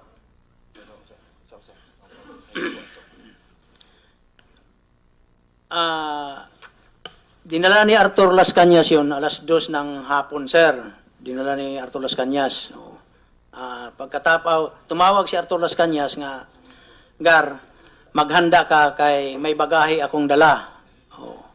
Doon na ako nag-abang sa beach ni Mayor Antalan. Doon na ako sa beach ni Mayor Antalan. Sa pagkakuan ko, dumating sila ng mga alas 2, dinala na namin yung mga tao sa buhangin. Doon na pinastar. Binigti, sinaksak. Ganyan ang nangyari, sir. Pagkatapos, tinapon sa dagat, linagyan ng hollow block. Sino po nag-utos? Si Arthur Las Cañas, sir. Hindi si Mayor Duterte? At saka si Mayor Duterte yan ang utos, sir. Kaya ang sabi ni Arthur Las Cañas, utos yan ni Mayor Duterte, papatayin yan. Pero sa pagkakaalam ko, sir, hindi yan tao ni Nograles. Tao yan ni General Parparan at saka General Matiliano. Parang linagay nga security yan. Sir, bakit nagbago? Dati sabi mo, tao ni Nograles, nung Sa sinabi mo Nograles, pagkakaisip ko, sir. Sir, patapusin mo lang. Daw silang tao na napatay. Tapos ngayon, tao naman ng ibang tao. Basta tao yan, sir. Dinitil nila. Yung sinabi sa akin ni Arthur, doon naman lang ako nalaman ko, sir, nga tao yan nila ni Matiliano at saka ni General Parparan. Mr. Chair, just that point, no? So, hindi mo narinig kay Mayor mismo. Sinabi lang sa'yo ni Las Cañas na sabi ni Mayor. Basta sinabi ni Arthur Las Cañas, sir, kasi ito si Arthur Las Cañas, sir, yan ang parang kapatid ni Mayor, parang right hand, pinagkakatiwalaan yan kay sa buong Davao, sir, yun ang talaga ang nagkukuan ng Siya lang po nagsabi sa inyo na utos ni Mayor yon o maraming nagsabi sa'yo? Siya, Arthur Las Cañas, sir. Siya lang, wala nang iba? Wala nang iba. Dami kami, sir. Pero dito lang sa Nograles, sa mga bodyguard ni Nograles, madami nagsabi sa iyo na utos ni Mayor o siya lang? Si Arthur Las Cañas, sir. Okay. Just for the record, and I'm done, Mr. Chair. On page 8 out of 15 of the affidavit, ang sabi niya po, the police officers, plural, themselves, plural, said in Bisaya, utos ni Mayor na ipaihaw tong mga tao ni Nograles. So, the inconsistencies are just glaring, Mr. Chair, but I will let the committee and the people judge for themselves. Thank you for this time, and to our colleagues, Senator Lacson and Senator Pacquiao, thank you for giving me your time. Thank you. I just want to, gusto ko naman sabi mo na malinaw sa akin, pinalitan mo na, hindi na siya Nograles, mga tao na nipalparan niya, pinatay niya. Opo sir, pero detail yan kang kwan sir, detail kang Nograles sir. Iba yung tao ni Nograles, iba yung tao ni Palparan. Sabihin mo lang yung kwan, di ba? Binago mo na uli. Hindi na si Nograles ang mga tao ni Nograles, ngunit tao na ni Palparan at saka ni Batillano. Basta yung sinabi ni... Hindi pwedeng basta iya. Hindi pwedeng basta. Pagsabi mo, tao yan ni kwan sir, ni Parparan at saka ni Matiliano, detail na kang kwan sir, Nograles sir. Yan lang ang paliwanag ko sir. okay, thank you. Salamat.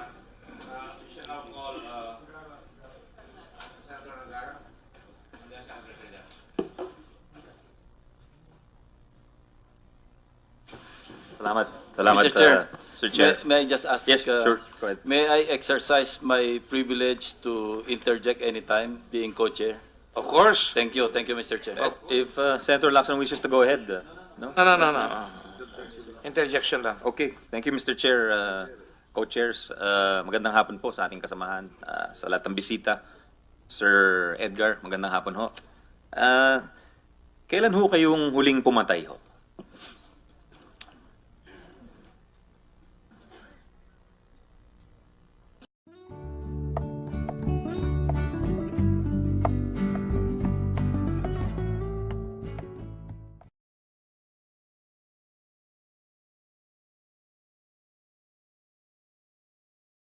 Pinakita ko sa kanya saan ba itong mga pictures na ito. So, yan. May kapakap siya ni Secretary de Lima eh. Di ba? Pwede pakita sa camera, kahit yung pictures.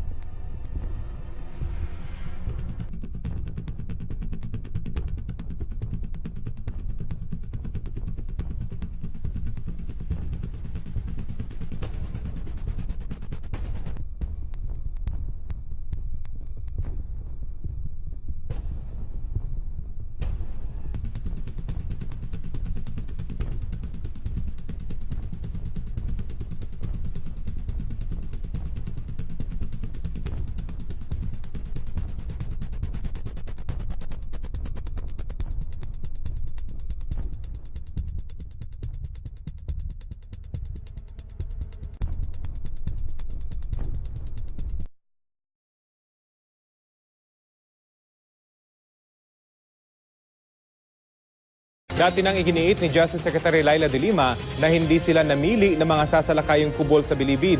Pero maraming presong nagtataka kung bakit hindi rin nahahulugog ang kubol ng high-profile inmate na si JB Sebastian na marami umanong nakatagong luxury items. Ginawa ang orientation ng mga contestant sa function room ng isang kubol.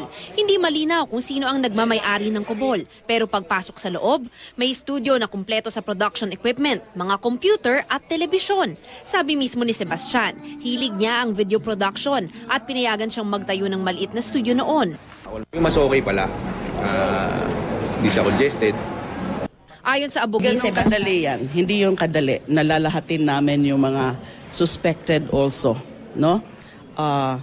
Because wala kaming facility.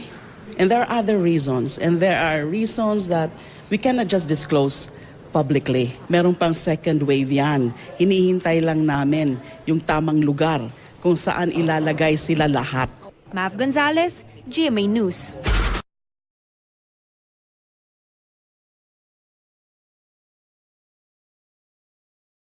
At napuwersa lamang para idawit ako sa kung anumang anomalya sa bilibid, gamit ang panggigipit, blackmail, or marahil pati torture. Ang hindi ko mapapatawad ay ang mga nasa likod nitong pag-iimbento ng mga ebidensya laban sa akin. Kaya wag po ninyong baligtarin ang mundo na ako ang nagbibigay ng masamang imahe sa Pilipinas dahil Sapagkat panay kasinungalingan na ang pinapalabas dito. So, let me point out one point sa inyo.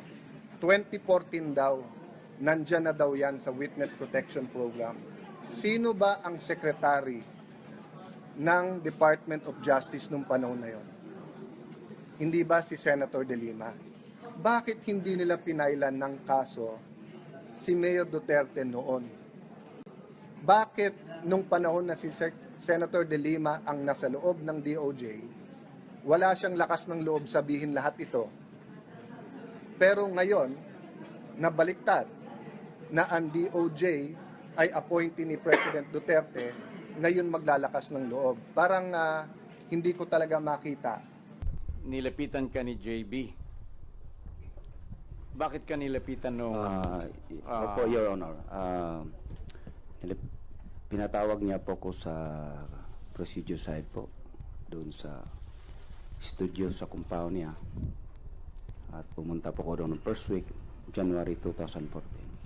Okay, para maliwanag tayo, ano ba yung prestigious side na yun? Ipaliwanag mo nga. Ang prestigious side po, area po niya yon. Siya pong chairman doon.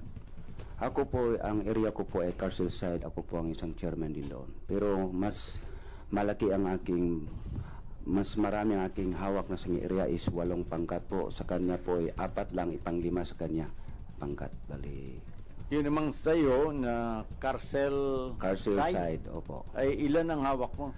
Mas marami at lahat ng mga karamihan sa 70% siguro nasa akin ang mga big time drug lords sa area ko. So bakit ka nilipitan ni JB nun? Yun po ang sabi niya, nag-usap kami. Pare, tulungan po natin si ma'am, si secretary. Sinong tutulungan? Sinong ma'am yan? Sinong secretary yung sinasabi niya? Secretary de Lima. Para pundo para sa 2015-2016 election. So, anong gawin natin pare? Sabi na, mag-teamwork po tayo.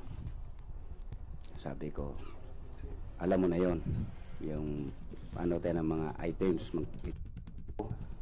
Bumalik noong January, yung nausap kami January, first week ng 2014. After mga 2 weeks ng January, ng second week, si Junel Sanchez po ang pumunta na sa akin doon.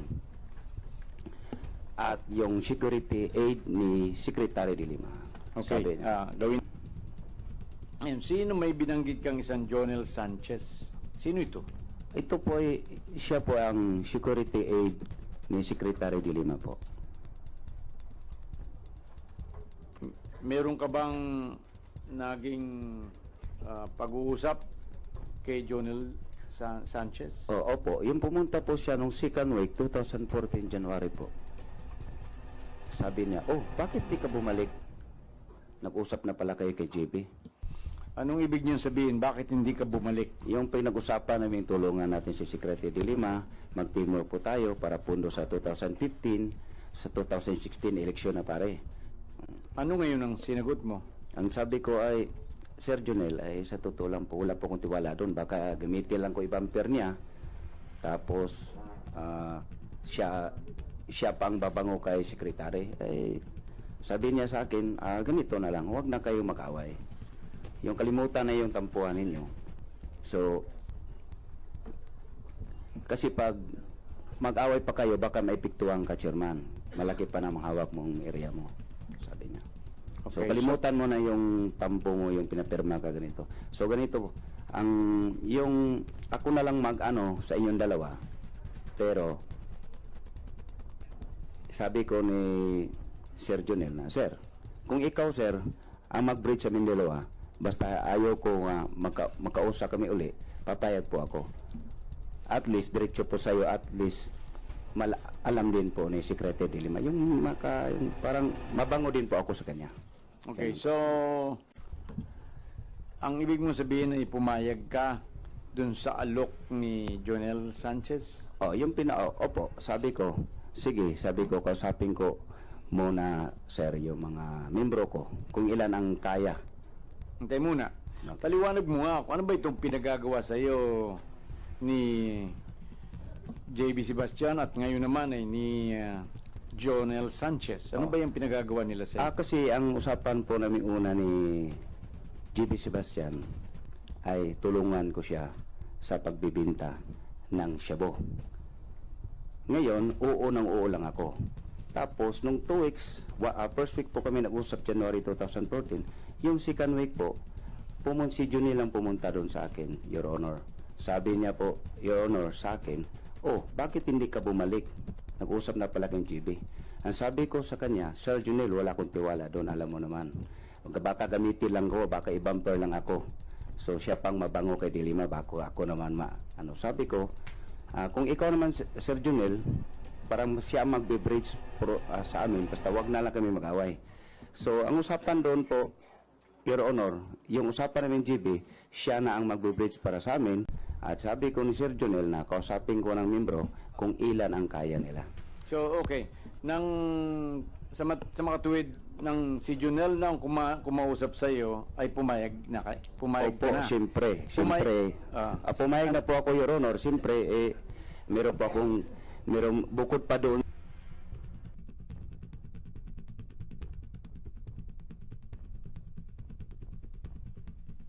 sa transaksyon na yon ay may 3 milyon po kaming binibigay buwan-buwan po kay Secretary de Lima po. Okay. Ano yung 3 milyong binibigay mo buwan-buwan kay Secretary de Lima? Opo. Paano yan? Ikukulikta ko po ang aking sa area po sa mga big time. Tag 100,000, 200,000, may 500,000. So, pag umabot ng 3 milyon, buwan-buwan po yun po ang PR, ang tatawag sa amin yun, PR Payola po. Para lahat ng gusto namin mga kontrabando ipapasok.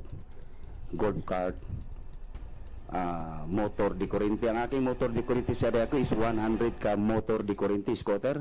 Gold card ko sa area ko nasa 30 to 40 gold card. Concert ko, mag-concert po, gumawa ko ng concert na parang Aranita.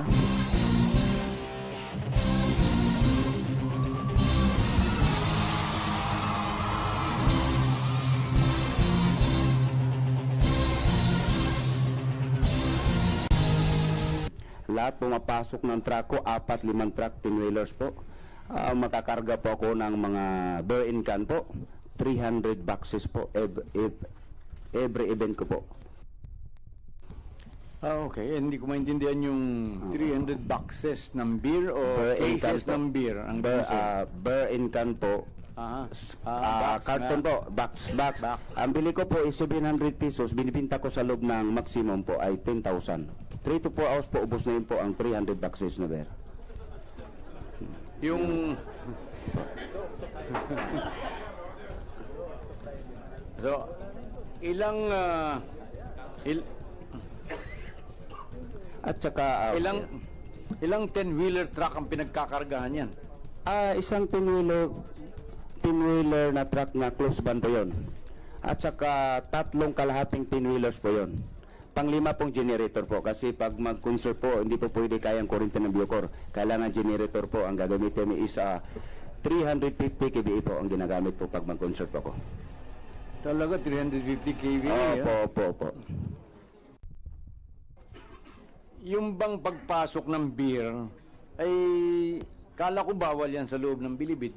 Pinakabawal po ang inumin na makalasing po, pinakabawal. Pinakabawal. Kasi yung noon dating wala pa ko sa maximum bira sila makapasok ng beer.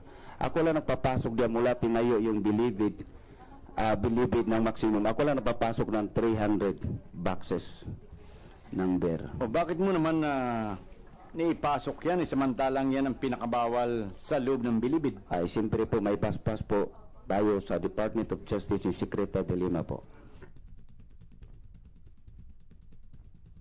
Paano ka binasbasa nun? Dahil po doon sa security po niya, ang kausap ko at isang bisis ko po nakausap po si Secretary de Lima sa phone po, isang bisis po.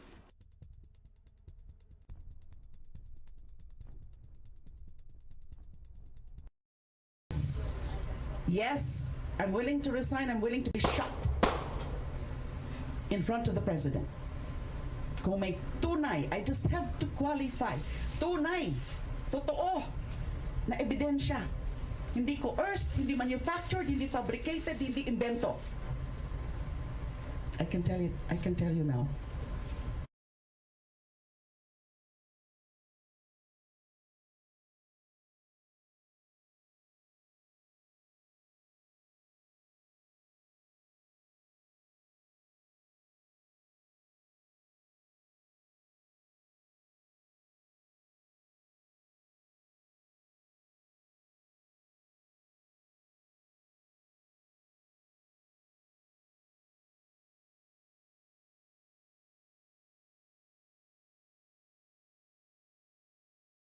On this introductory visit to Hanoi, I look forward to renewing the ties of friendship between the Philippines and Vietnam and affirm the commitment to work closer to achieve shared goals for our countries and peoples. I look forward to exchange views and explore opportunities further significantly improving our economic bilateral cooperation, including stronger partnership in economic, agriculture, defense, and maritime operation. We will seek to identify emerging areas of partnership, particularly in the fields of maritime security and law enforcement. We shall also seek the ways to advance collaboration in the campaign against illegal drugs trade consistent with the global of realizing an ASEAN drug-free community. We will work with Vietnam and the rest of the ASEAN in suppressing the proliferation of illegal drugs for us to secure a better future for our generations and the generations to come. As maritime nations with rapidly developing economies, we acknowledge the convergence of our strategic interests, broadening cooperation and collaboration between the Philippines and Vietnam, and solidifying our strategic partnership to further strengthen our countries in the regions which we belong to. The visit is significant in that it takes place as the Philippines and Vietnam commemorate 40 years of diplomatic relations, as both countries prepare to take leadership in the roles of the region in 2017. The Philippines, as it chairs the ASEAN, and Vietnam, as it chairs APEC. I shall endeavor to work closely with my counterparts in Vietnam in order to fully realize the objectives we share. Upon my return, I will report on the accomplishment of what may we gain, particularly in the key bilateral issues impacting our relations. I am confident that as we build on the outcomes of this visit, the relations between the Philippines and Vietnam will become even more stronger, pursued as it has to be, with mutual respect, closer cooperation, and deeper understanding. Maraming salamat po.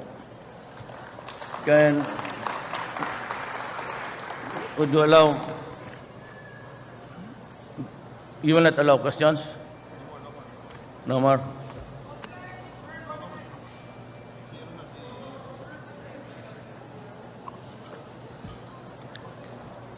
Three questions common to you all. Three questions at back, all of you.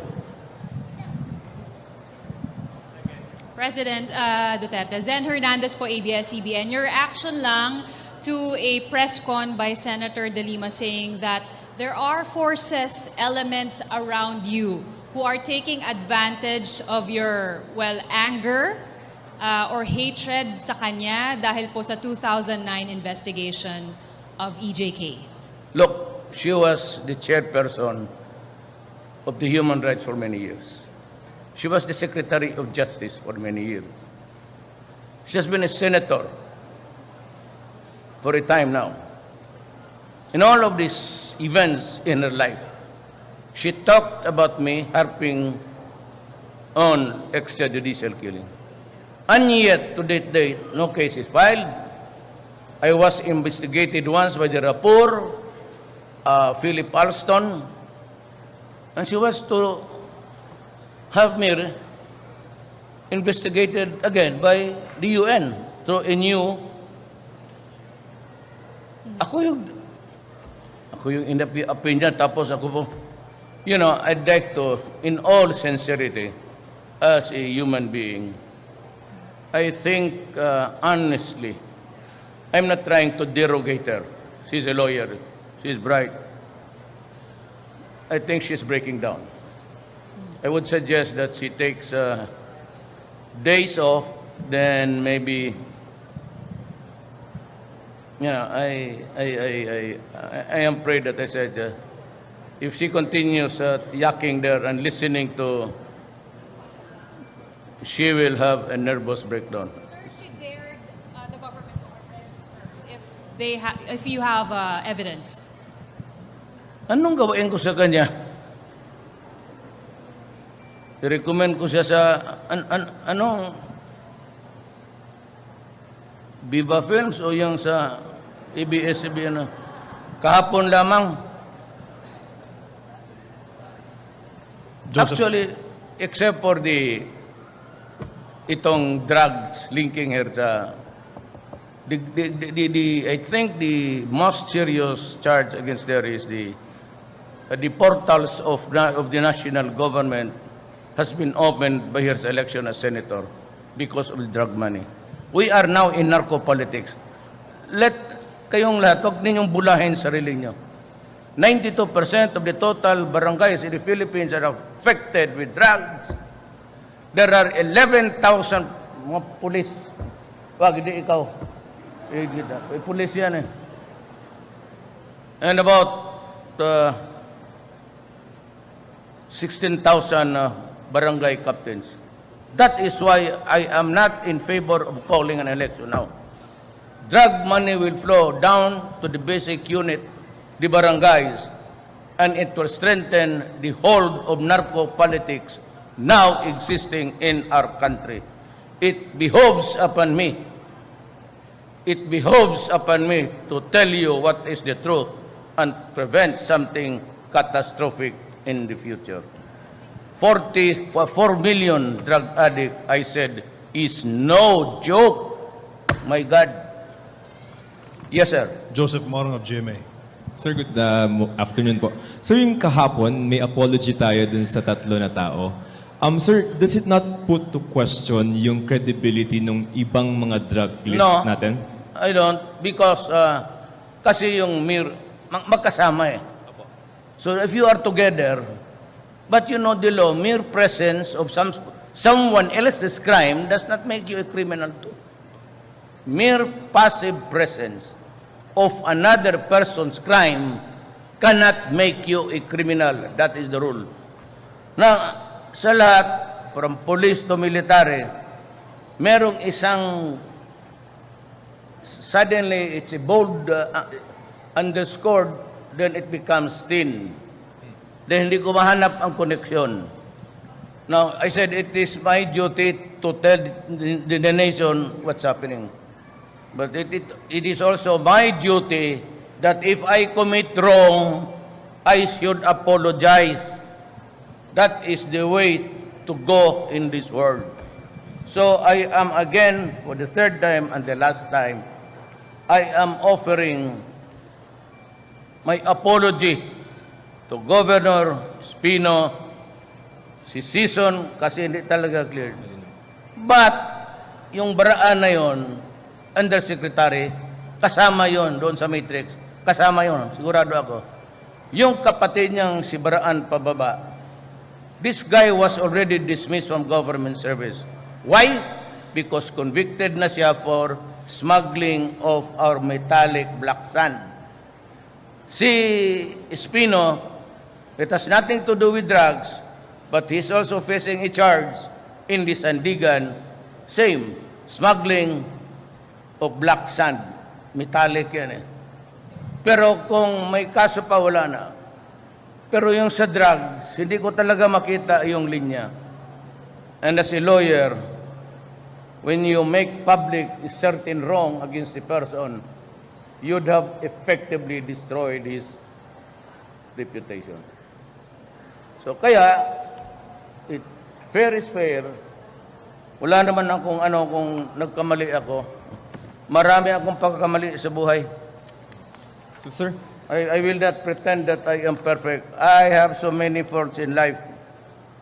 But I've never been faulty in the choice of...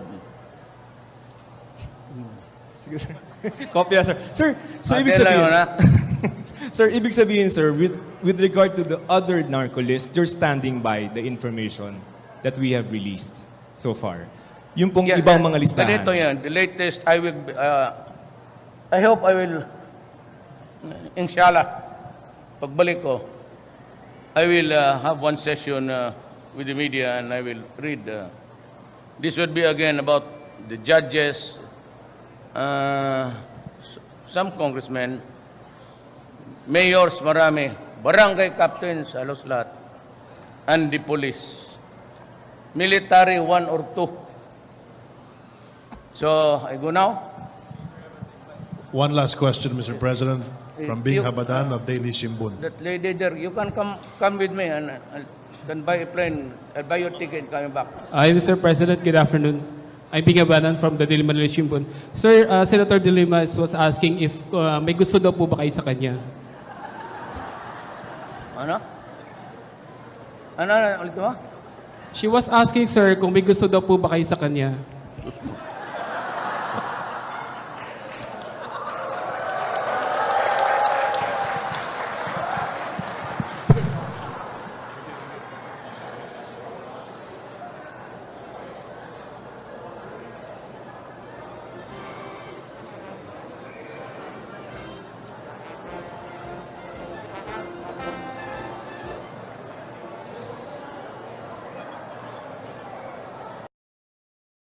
Sa akin, wala naman sigurong diferensya na ipanood yan para malaman ng tao kung talagang totoo yan o hindi.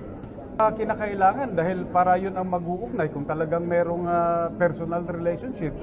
Kung ayaw naman ni Senator De Lima na mag-appear dito sa House of Representatives, so let the people, let the public judge kung talagang totoo yung videotape na yan, yung sex videotape na yan o hindi.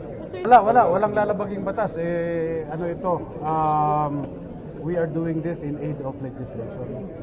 Denying that she is the one involved in that sex video. So kung magdi-deny ka, humarap ka rito. At sabihin mo na, hindi ako yan. Di ba? Ngayon, kung ayaw mo mag-deny, let the people judge kung talagang hindi siya yun. I think fair lang naman yun. Di ba? Okay po, Speaker, napanood niyo na po. Sa kanya, yung mga, hindi man ako gwardiya, hindi man rin ako motorcycle, cop. Hindi rin ako convict.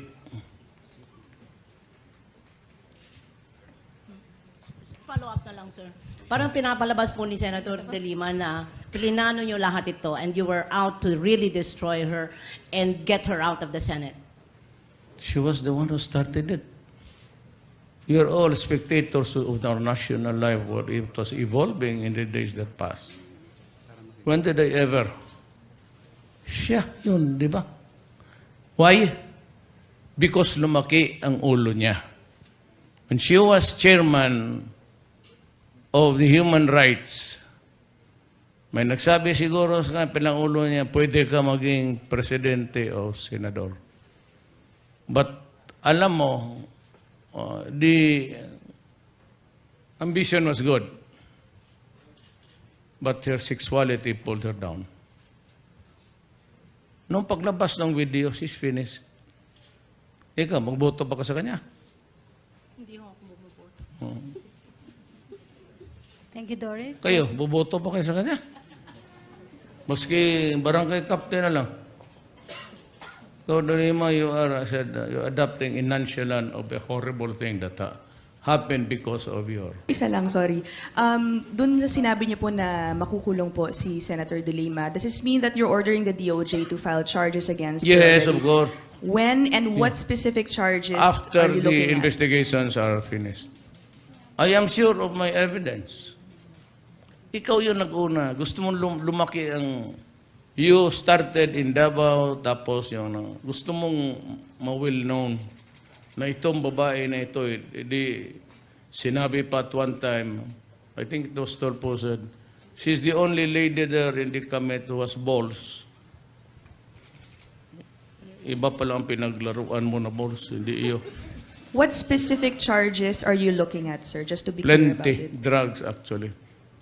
Punishable by no bail yan. Thank you.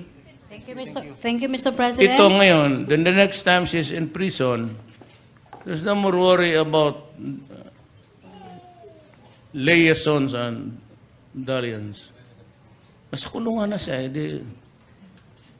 ipagduktong ko na lang yung sa babae pati lalaki. So she will have about how many lovers there if she wants. Grabe talaga ako mag-insulto pag, tangina niya, wala akong ginagawa siya, kadaldal ng daldal niya. Nung eleksyon, gusto mo lang magsikat, karoon ng isyo. Wala ka ng human rights.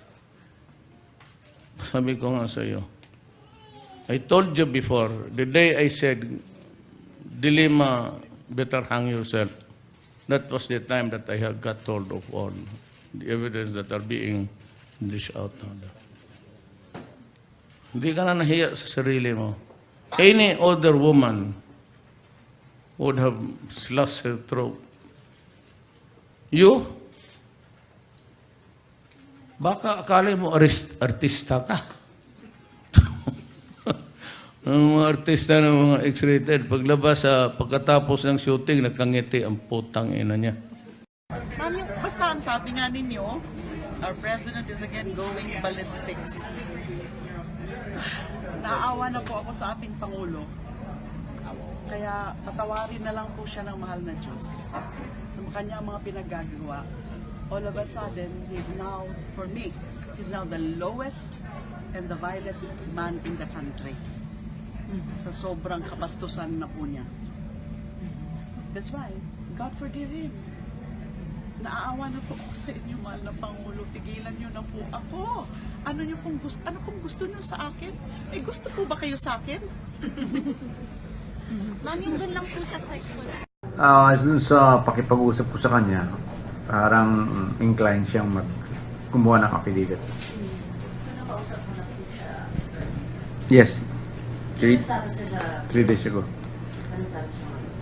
Wala naman, nandun lang siya. But because his name crop up, parang as a matter of course, iniimbestigahan din siya ng unit niya. May sabina na for sir? Wala pa. Kasi ang next hearing would be on October 5. So, siguro we'll recommend the persons to be subpoenaed bago ako umalis kasama ni Presidente papuntang Vietnam. Sir, nakwento nila sa'yo kung ano yung nalalaman niya sa drug Si Jonel? At may pwede ka bang sabihin sa amin? Mayroon pa kaming inaalam tungkol dun sa knowledge ni Jonel sa drug trade.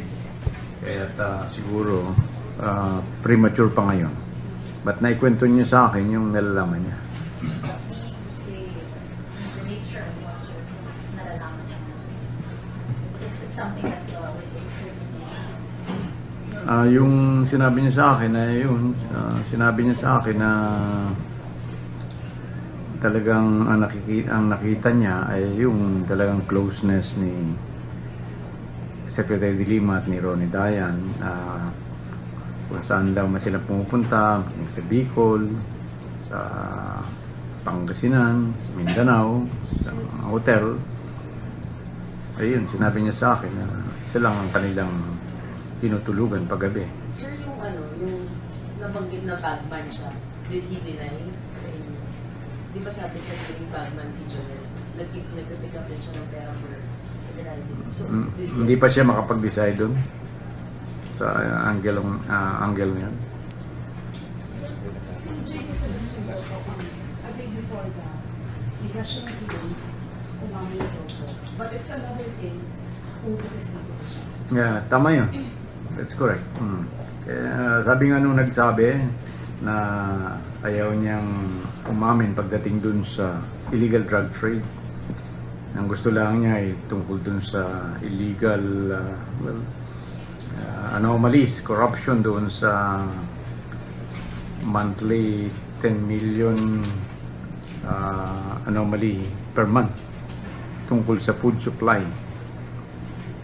So considering parang yung role niya dun sa alleged na pagpapakota dun sa direktulo sa pagbibenta is so major, parang the possibility na mabigyan siya ng benefits is parang remote compared to the other resource persons represented. So, Pakiulit. considering sir yung role niya doon, diba siya talaga yung nagmamando dun sa pagbibenta, dun sa pagbibigay ng quota, dun sa pagbibenta ng shabu. That's a very major role. So parang the possibility of his immunity is remote as compared to the other resource persons. Ang possibility na siya ay umamin, baka yun ang medyo malabo. But with respect to immunity, nasa kanya yun eh.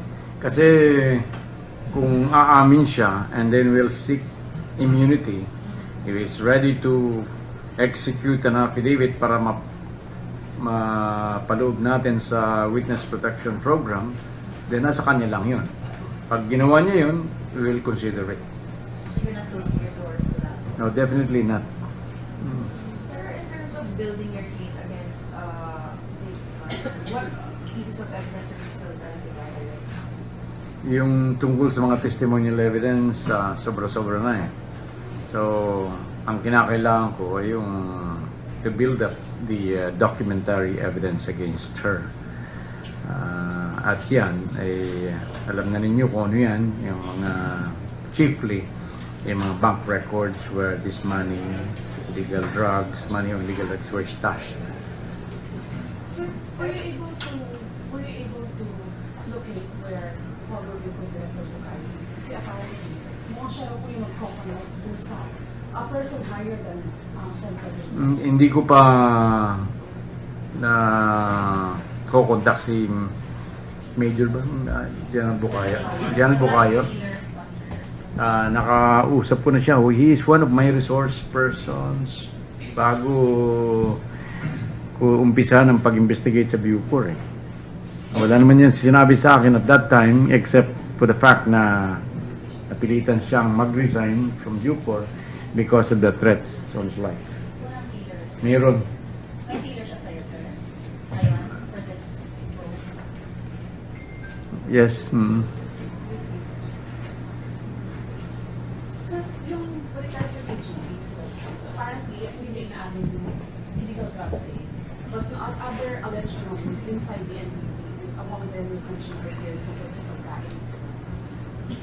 You've mentioned sir, 10 million a month. Can you use yung And hindi ko na nga pinursu yun eh. Kasi ayaw ko nung hindi whole truth eh.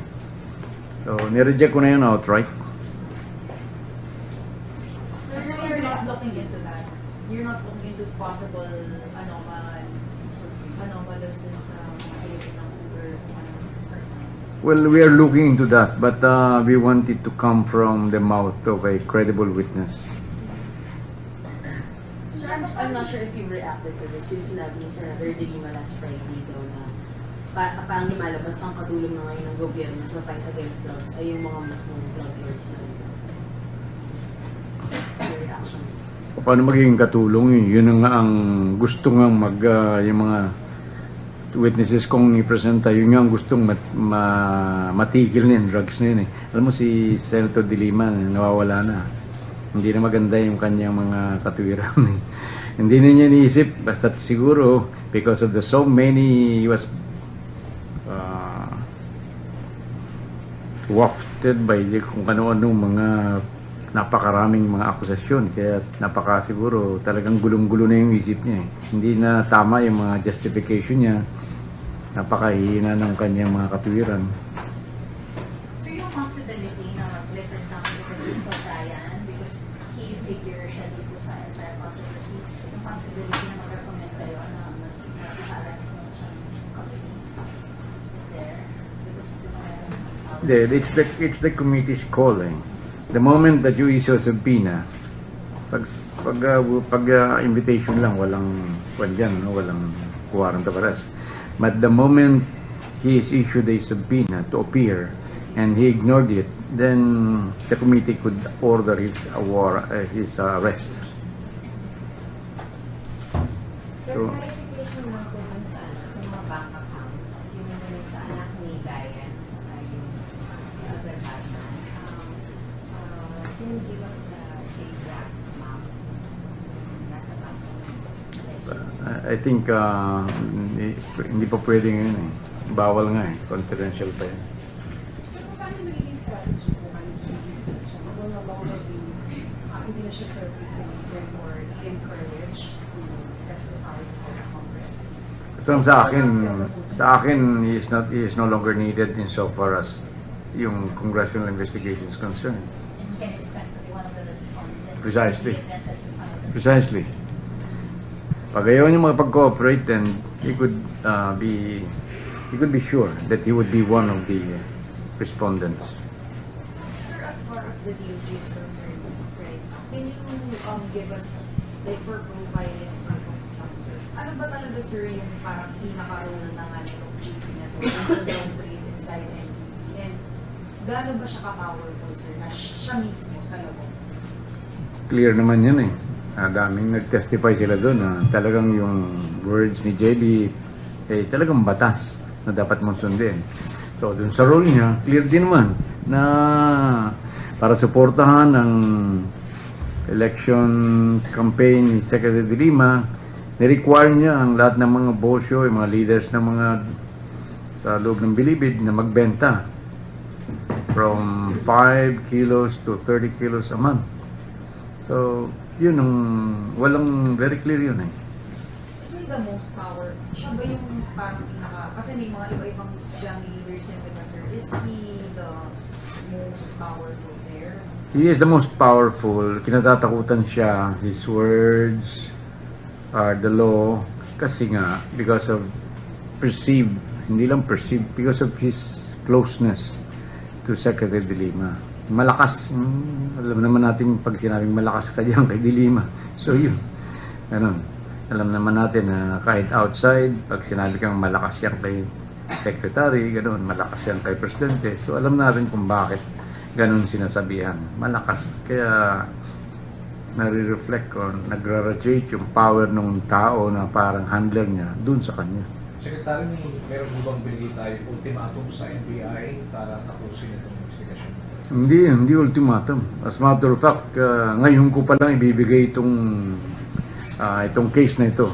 Masyadong maraming lead na dapat i-pursue. Talagang dapat ito yung magagaling ng mga investigador. Yung nangyari itong mga nakaraan, yun ay produkto ng katulad kong amateur sleuth. Sa sleuthing ko lang yan pero hindi ko na kaya. Pero alam ko kung saan pupunta, alam ko ang gagawin ko, kaya lang we have no people here in the Department of Justice na makakagawa nun. Dapat talagang yung mga veteran investigators, mga galing. Are those a few weeks back, when you in a press con confirmed yung existence ng mga deposits that sir amounting to millions, and you said that those have yet to undergo validation, evaluation. May update na po sir kung merong mga authentic doon? Meron na. Nakuha ko na yung talagang totoo. And we'll be asking the AMLAC. Sir, are you seeing the possibility? Doon sa mga ano na yun? Itong second wave of my inquiry sa AMLAC. First lang yung una eh. But of course, yung sinama na rin namin yung sinasabi ko noon na parang sinusubukan kami ng mga fake. So meron doon sa fake na yun, merong turned out to be authentic, sir? Meron. Although yung iba ay isang number lang o dalawang numbers lang ang binabago. What about the amount, sir, na Iba ang amounts. So, you see the possibility na before the year end, there will be proper charges filed against Senator? Hopefully, before the year ends, pwede. Kung depende sa bilis ng investigation to be made by the NBI. Actually, it's either today or tomorrow ko lang may bibigay sa NBI yung actual turnover. So, bahala na yung NBI and what they are going to do. But alam ko, mas mabilis ang progress ng case with them at the helm. Sir, going back to those deposits, sir, na sinabi mo meron yung hindi fake, although may nag-differ na may amount na iba, ito ba concern ko sa mga relatives ni Diane, sir, specifically, kasi meron yung author, etc. I don't want to be the specifics, pero ang usually, ang nangyaring parang mali ay yung pangalan, not the meron tamang account number. Merong ganun account but not in the name na nakalagay dun sa deposit slips. And it so happened that the real and correct account name may also be connected to the entire network of accounts relevant din siya sa Malalaman natin yan pag yung complete picture ay nakuha na natin. Sir, yung sa bank account po, sabi niyo po nag-ipon siya dun sa ibang corporation, sir. Sinasabi po na maybe the drug money ay na-invest dito sa Filipino owned corporations na baka kaibigan ng mga drug money. Hindi na-invest. Ginagawan lang na-deposit. Ginagawan lang. Dina-deposit po dun sa corporations. Corporate account na yun or individual person's account. It's a corporate account, sir. Corporate account. Merong corporate, merong individuals. Nakuha ko na.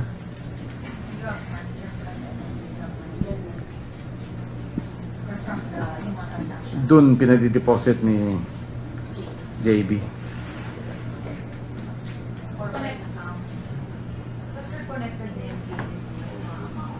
Iko-connect pa lang natin. Sir, may total amount na yun, yung mga transactions?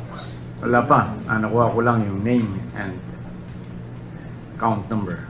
Sir, Chinese, kasi apparently there are 300 Chinese drug lord na inmates sa Lima, and were we able to get in touch with them? Kasi po si JD nakakawag Yun namang Chinese doon, hindi naman sila nasa isang lugar eh. Although ang parang sinasabi noon, maraming Chinese doon sa lugar ni JB Colanco. Di ba ganun ang kwan, di ba? Ganun ang parang testimony na. If I remember right, yeah? Sir, so what can we expect with the next hearing, which will be in October na po, sir, on the part of the DOJ as to the number of witnesses that po kasi yung mga nakapila na sino-sino pa, and what will be their direction of the DOJ the next hearing? Yes, we will be presenting more resource persons, but not any more inmates.